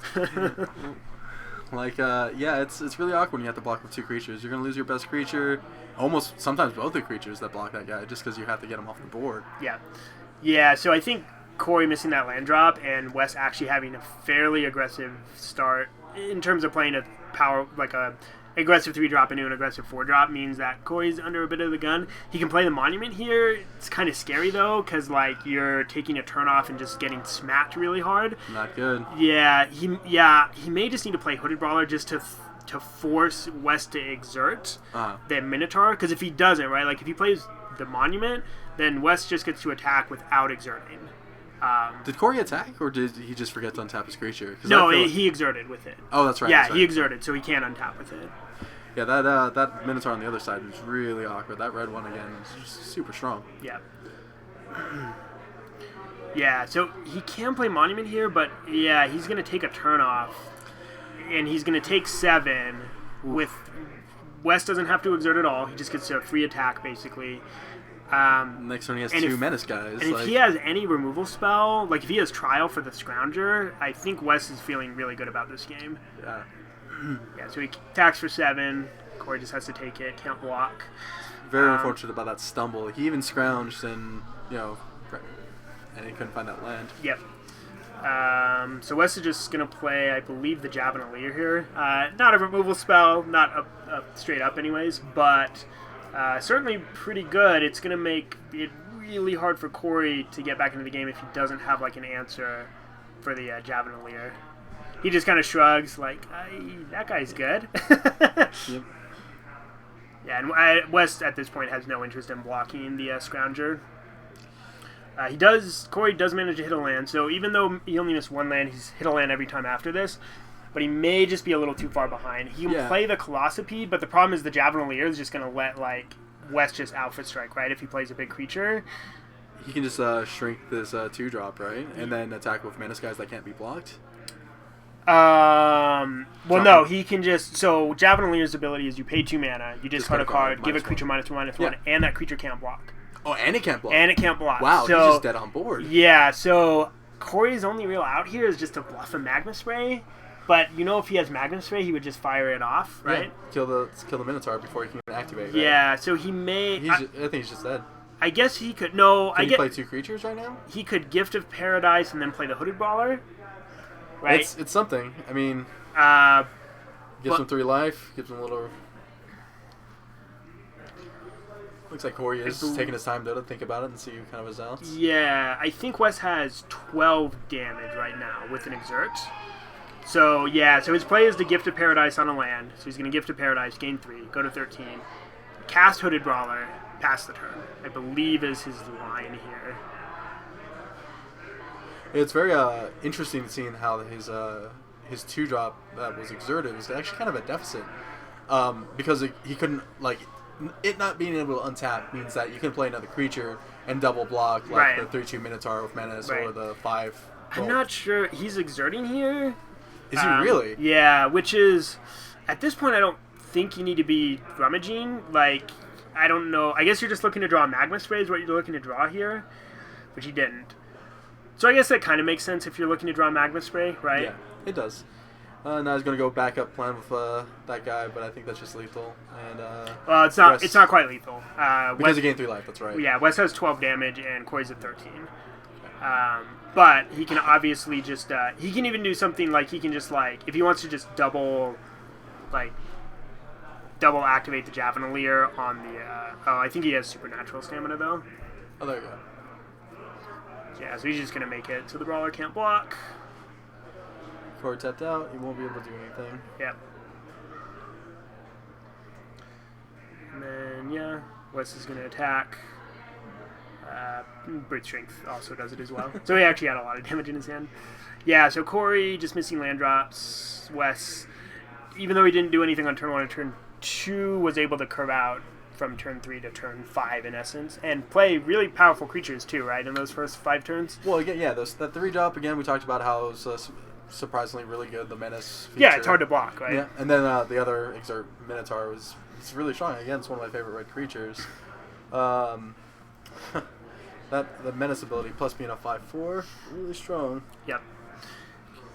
Yeah, Exert is a powerful mechanic. But then the powerful uncommon too. Sure. Yeah. Sure. Yeah, like Corey just is in a terrible spot where he can't block, basically. 2 behind because of the 1 missed land drop and playing a monument too, not being able to cast actual creatures. Interesting. Corey's boarding in Haze of Pollen here. I don't know if I really like Haze of Pollen. So would you, if in this matchup, for example, the monument, would you feel like it's worth keeping it on the play and taking it out on the draw? Possibly. Based on the texture of Wes's hand, I could see that being a reason maybe to mulligan or to take it out. It's kind of a mana card a little bit in Corey's deck. Not exactly, but it kind of is, right? Yeah, we're seeing some more classic. Yeah, so if he generates like 2 mana off of it, right? Like if he plays like, say like a Brawler and a Colossopede or something, after he's played the Monument, he's able to use the rest of the mana. Like, if he can generate like 2 to 3 mana off the Monument, then I really like it a lot. And also, even on the draw, potentially lets you win races sometimes. Sure. But it may be valid to take it out on the draw, like based on the texture of Wes's deck. Now Wes, we know, is, even though that was kind of probably one of his more aggressive draws, is more of like a mid-rangey kind of deck. We didn't see any teardrops, did we? No, well, I think he has a Doom Dissenter. I think That's it. I believe so. I don't know what else he has. But his deck tends to, I think, have more, like, a little bit more value stuff, right? Sure. Like, for example, Corey just boarded in Haze of Pollen, right? And if Wes's hand is like Trial of Zeal, Cartouche, Trial of Zeal, then like Haze of Pollen's not going to be very good versus that kind of a draw. That's right. This is who Aaron played in the first round, where we saw Trial of Zeal go crazy. Then he did have, like, I thought he had the 1/4 Doom Beetle for his teardrop, which wasn't great. It's not a great creature, obviously. Right, he did. The -1/-1 zombie. The Doom Beetle is decent versus Corey's deck, though, because Corey does have at least one Initiate's Companion we know about. He also has... Naga, he has the Naga. You're not happy about blocking that. It does block Giant Spider pretty well. Yeah. And don't forget, you can put some cartouches on that beetle. Sometimes it blocks Sure Shot, kind of. It's a little questionable whether it's going to block a Sure Shot or not. It's possible, but... Yeah. But it gives Wes a little chance to, like, stabilize the board. Yeah, and get to his late game cards. I think the other important thing for Wes is that, like, if he doesn't have a lot of 2-drops, you may just be like, I have to play Doom Beetle for my curve, right? Yeah, that makes like sense. I'm not happy to play this guy, but I'm gonna play him because that's the way it works. And based on Wes's deck from earlier, it looks like his game is gonna benefit him if he can draw it out. Right. If I feel like his card advantage is good, unless Corey can get like one of his mythics, like Nissa or Ronus. Yeah. Is gonna kind of swing that in. Does Corey's Wes favor. have answers to Ronus? I don't know. I didn't really see. We know he's got Trial and Cartouches. Yeah. I don't know if he has a good answer to Ronus. I mean, do those colors really do though? Like, I don't think they do. Yeah, Final Reward. Okay. Yeah, sure. I mean, you could open that rare, never to return. I'm not sure if he has that on his list. That does not work, actually. Doesn't exile? No, it just says destroy. Oh. And Ronus is indestructible. Okay. I thought it was exile. I actually had that come up twice at a PPDQ in Standard when I was playing Kefnet and Control decks. Yeah, someone tried to never my Kefnet, and I said, that resolves. Yeah, so it resolved, and then my Kefnet stayed in play. There's that 1/1 zombie we talked about. Yep, Corey's just going to Magma Spray it. He probably has an Initiate's Companion. Yeah. So here Wes would be really happy, I think, to have a... Doom Beetle? Doom Beetle All-Star. Doom Dissenter would be quite good, too. Yeah. Even a Miasmic Zombie I'd be okay with. Yeah, he does not... so Corey's going to get to play Monument here. Not good. He doesn't have any other creatures, though. He has a Brute Strength and 2 lands, so he's basically just hoping to draw a bunch of lands off the top. What's your thoughts on Brute Strength? It's not my favorite. It's good. I like it. Yeah? It's better than I originally thought. It's the kind of card that I look at, and especially initially on, like when I go to a pre-release, Brute Strength is a card I probably would rarely play. Yeah. But as this format's evolved, I think Brute Strength is pretty good. Okay. Right? Better than Flying Leap? The games tend to be races a lot, right? And Brute Strength is the kind of card that can really like win you a game kind of out of nowhere. In fact, there was a sealed PPTQ I was playing at where my opponent attacked after casting a Trial of Solidarity, and I had a Greater Sandworm tapped, and he was at 7. And I was in a really good position. I had like multiple creatures out, better creatures than him, etc., etc. So I was like, all right, I'll just chump like this. Like originally, I was like, I'm just gonna like block like this, like put a 2 toughness creature in trade with your one guy. Chump your other guy with like a 1/1 or something. But then I started thinking about it, and I was like, oh, but if he has Brute Strength, I'll die if I block like that. So I had to like figure out how to like block where the Brute Strength doesn't kill me. So I actually think it's a pretty decent card. Better than Flying Leap? It depends. I think in red-white, I think Mighty Leap's probably better. Yeah. In green-red, I think Brute Strength's probably better. Okay. I mean, granted, you can't play Mighty Leap in a green deck, but I do like Brute Strength a lot in like Corey's deck. Colossopede. Right, like yeah, that. just because of big creatures. I'm sure Wes is really happy right now because after he played Monument, Corey didn't follow it up with a creature. Yeah, Corey just has lands and Brute Strength. Yeah. And Wes is just going to say, hey, I'm going to put a Cartouche on my guy, and Corey just goes, I guess you're picking your Trial up. Is it Lizard Thresher? Is that what yeah, that is? Thresher Lizard. Yeah, so really strong, empty his hand a little bit too. That Lizard's going to be fat here soon. Well, Wes still has a lot of cards in his hand. He has 5, so it's basically just a Yeah, 4/3. Corey draws another land. Not what you want to be drawing at this point. Yep, looks like at this point that advantage meter would be heavy on Wes's side. Very heavy on Wes's side. Plays another 2-for-1.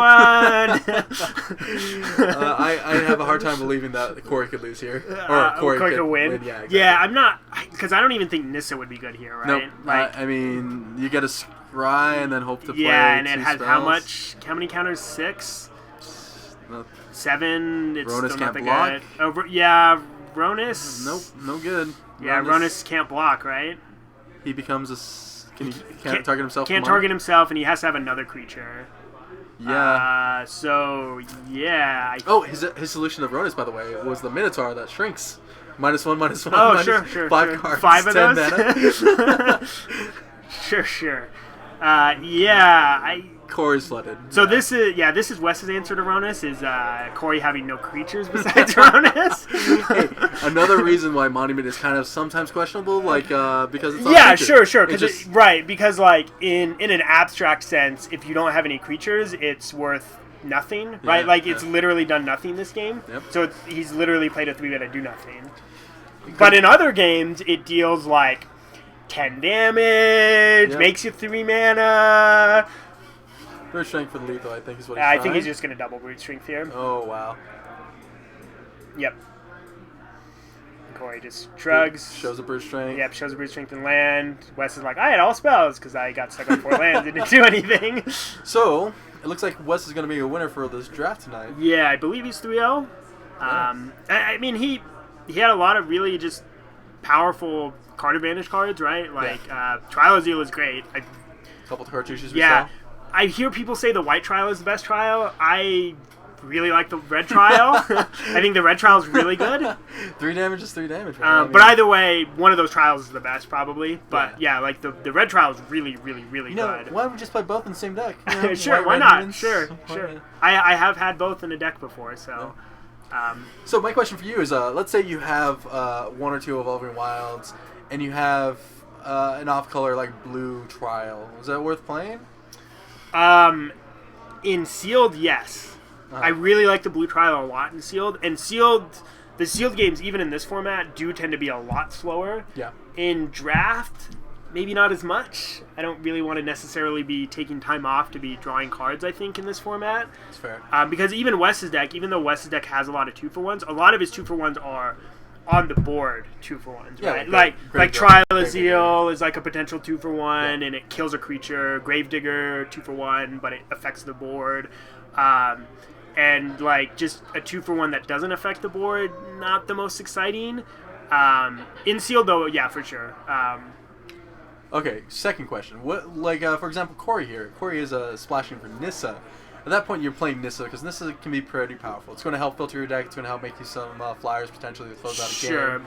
Would you add another blue card? Just add that trial, the blue trial. If I have Nissa, again, Nissa, I mean, I guess he has Bounty of Luxa, but Bounty of Luxa has the advantage of, like, potentially buying back your tempo in 2 turns. Yeah. Whereas Trial of Knowledge, you don't ever really get that tempo back because you're just drawing 2 cards. So I'm still not really sure. And I also, did Corey play any cartouches? I didn't see any cartouches in his deck. You know, I don't remember seeing any Yeah, cartouches. I don't think he has any cartouches. So if he doesn't have any cartouches, then it's also a lot worse. Would you consider it if he had like 2 cartouches? Possibly. Even then, I'm not really sure. Again, I like to play to the board. Yeah. I think I would splash the black trial before I splash the blue trial. Okay. Granted, sometimes the black trial isn't great. And Yeah, it's really awkward sometimes. It's especially pretty with bad white versus the white cartouches. cartouche. Yeah. They're like playing a white cartouche and you have like the black trial and you're just like, ugh, this is the worst.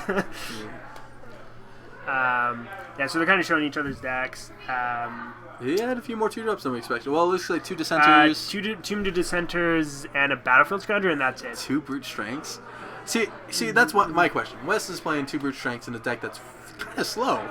His curve doesn't really take off creature wise till turn 3, turn 4. Yeah. It's to me it seems like a wasted slot because you're not the aggressor. You're more Sure. grindy. Yeah. If in a grindy mid range deck with Gravediggers and Doom Dissenters and Trial of Zeal and Cartouches and stuff, yeah, I would probably just play just other cards. I don't know what other cards he has access to. Yeah, that's true. He could have drafted exactly enough cards. I mean, he is playing 3 colors, so he might have a couple options, but you don't want to splash a lot. It looks like he was splashing green for the green cartouche. Right. I think that's it. I think it's just the green cartouche. 3 green for the 1 cartouche, huh? Well, the Evolving Wilds are free, right? Those are... Yeah, those he has okay. 2 wilds and a forest. So it's like he has... That's perfect. 3 green I sources like for that, free. Yeah. Yeah. I thought it was 3 forest, which was... Yeah, to me, is other really than the brute strengths, I think he's got a decent-ish deck. Yeah. I think... I'm not sure how good this deck is versus a really hyper-aggressive deck. I mean, he did beat Aaron. Like some of the Slither Blades decks we were talking about. But as long as his opponents don't pressure him, I imagine he's got one of the stronger decks that's able to go long. Yeah. So that's kind of key, is you have to have a deck that can pressure him adequately, and they just didn't have it. So, yeah, and Corey's deck. Yeah, see, Hazel Pollen, you look at Wes's deck and you think to yourself, this Hazel Pollen might not be that good, right? Yeah, he didn't you'll take have out a for Hazel strength. Pollen in your hand, and Wes is playing a Doom Dissenter, a Trial of Zeal, into a Gravedigger, and you're just I don't think this is gonna do anything. Is that a land in the top right corner, or is that a Bounty of Luxa? I believe it's a Bounty Alexa. I'd almost play that. If he was No, playing he this did. one. He did. played it. Okay. We were talking about it. Yeah. Oh, okay. Yeah, Bounty Alexa I think is a little bit better than the blue trial because, like I said, you get the advantage in 2 turns or whatever, right? Yeah. Right. The You mana pay for 4 the mana and then you get 3 mana plus it's accelerated mana. Uh-huh. So it's you potentially have 7 or 8 mana, which lets you do something really explosive on that turn, and then you recoup the card advantage obviously because you're drawing cards on every other turn. The one thing I think Corey's deck was maybe missing a little bit was Naga Vitalist. I don't know if he had any Naga Vitalists. Ooh, that's true. I didn't see any of those. Yeah, I think Naga Vitalist, a couple, 2 Naga Vitalists would have been really good in his deck. I don't like Gift of Paradise as much because he already has a bunch of good 3s that are creatures. Well, again, it could be a consideration for the Nissa and the Bounty of Luxa. Yeah, for sure. But the thing is, And ramp. but ideally with Bounty of Luxa, you want to go Vitalist into turn 3 Bounty of Oh, yeah, Luxa. that'd be That's great. really powerful, right? I like that a lot more than turn 2 Vitalist into Monument, really. Sure. Yeah. Sure. Unless you can follow it up with a creature, like the Cheetah. Vitalist, turn 3 Monument, Cheetah. Well, maybe not. So I believe that's the draft. They're taking their decks apart. See some more 2-drops here, maybe? Yeah. Oh yeah, he did play a couple questionable 2-drops. What's your thoughts on the 1/3 Jackal Prowess? It's not great. It's not my favorite. I'll play it if I need a 2-drop. I'm not excited to play it, but I will play it. Yeah, Chorus Curve looks pretty decent. Yeah, his deck's fine. It's is that 1 Electrify or 2? I think it is 2 Electrifies. That's very nice too. Yeah, so I think he's just kind of got a fine red-green deck, you know what I mean? It's not absurd. I'm not oh my god, that's the best deck ever or whatever, Sure. but it's solid. So it's certainly the kind of deck that you can very easily go 2-1 with, and potentially with a little bit of luck and a little bit of smart play, get a 3-0. And it looks like having 2 Mythics is really, really great, obviously. We saw Nissa close out one game. We saw Ronus is really powerful, right?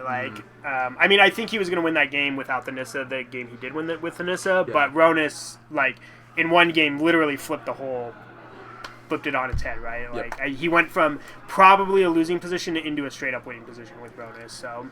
All right, well, I think we're going to wrap this up, and I think the next event, is Legacy sometime later this week. I have to double Tuesdays, check. I believe. Tuesday? Yep. Yeah, So, Tuesday Legacy. Yep, check out Legacy on Tuesdays. I've been watching that a little bit. Were they doing proxies, or...? No, it's straight up Legacy. People have Legacy decks. I think they get a lot of players here, too. Yeah, I think they have 30-plus players pretty regularly, which is quite surprising, I think, for a local event, for having that many for Legacy. So it's pretty cool. Yeah, I try to watch it regularly between rounds of the Super Leagues. I don't know if you watch Super Leagues at all, but I try to watch it between those rounds. It's nice to see the local meta game, right? Yeah, I don't play Legacy. You can. Let's start. You wanted your Legacy event today, right? I did. I'm currently... I've only played 2 sanctioned events of Legacy, and I believe I'm undefeated. So I need to keep that record, right? So I just need to quit now while I'm ahead. Yeah. Sounds good. All right, well, let's wrap it up, and we'll have a good night. Yep. Have a good night, everybody.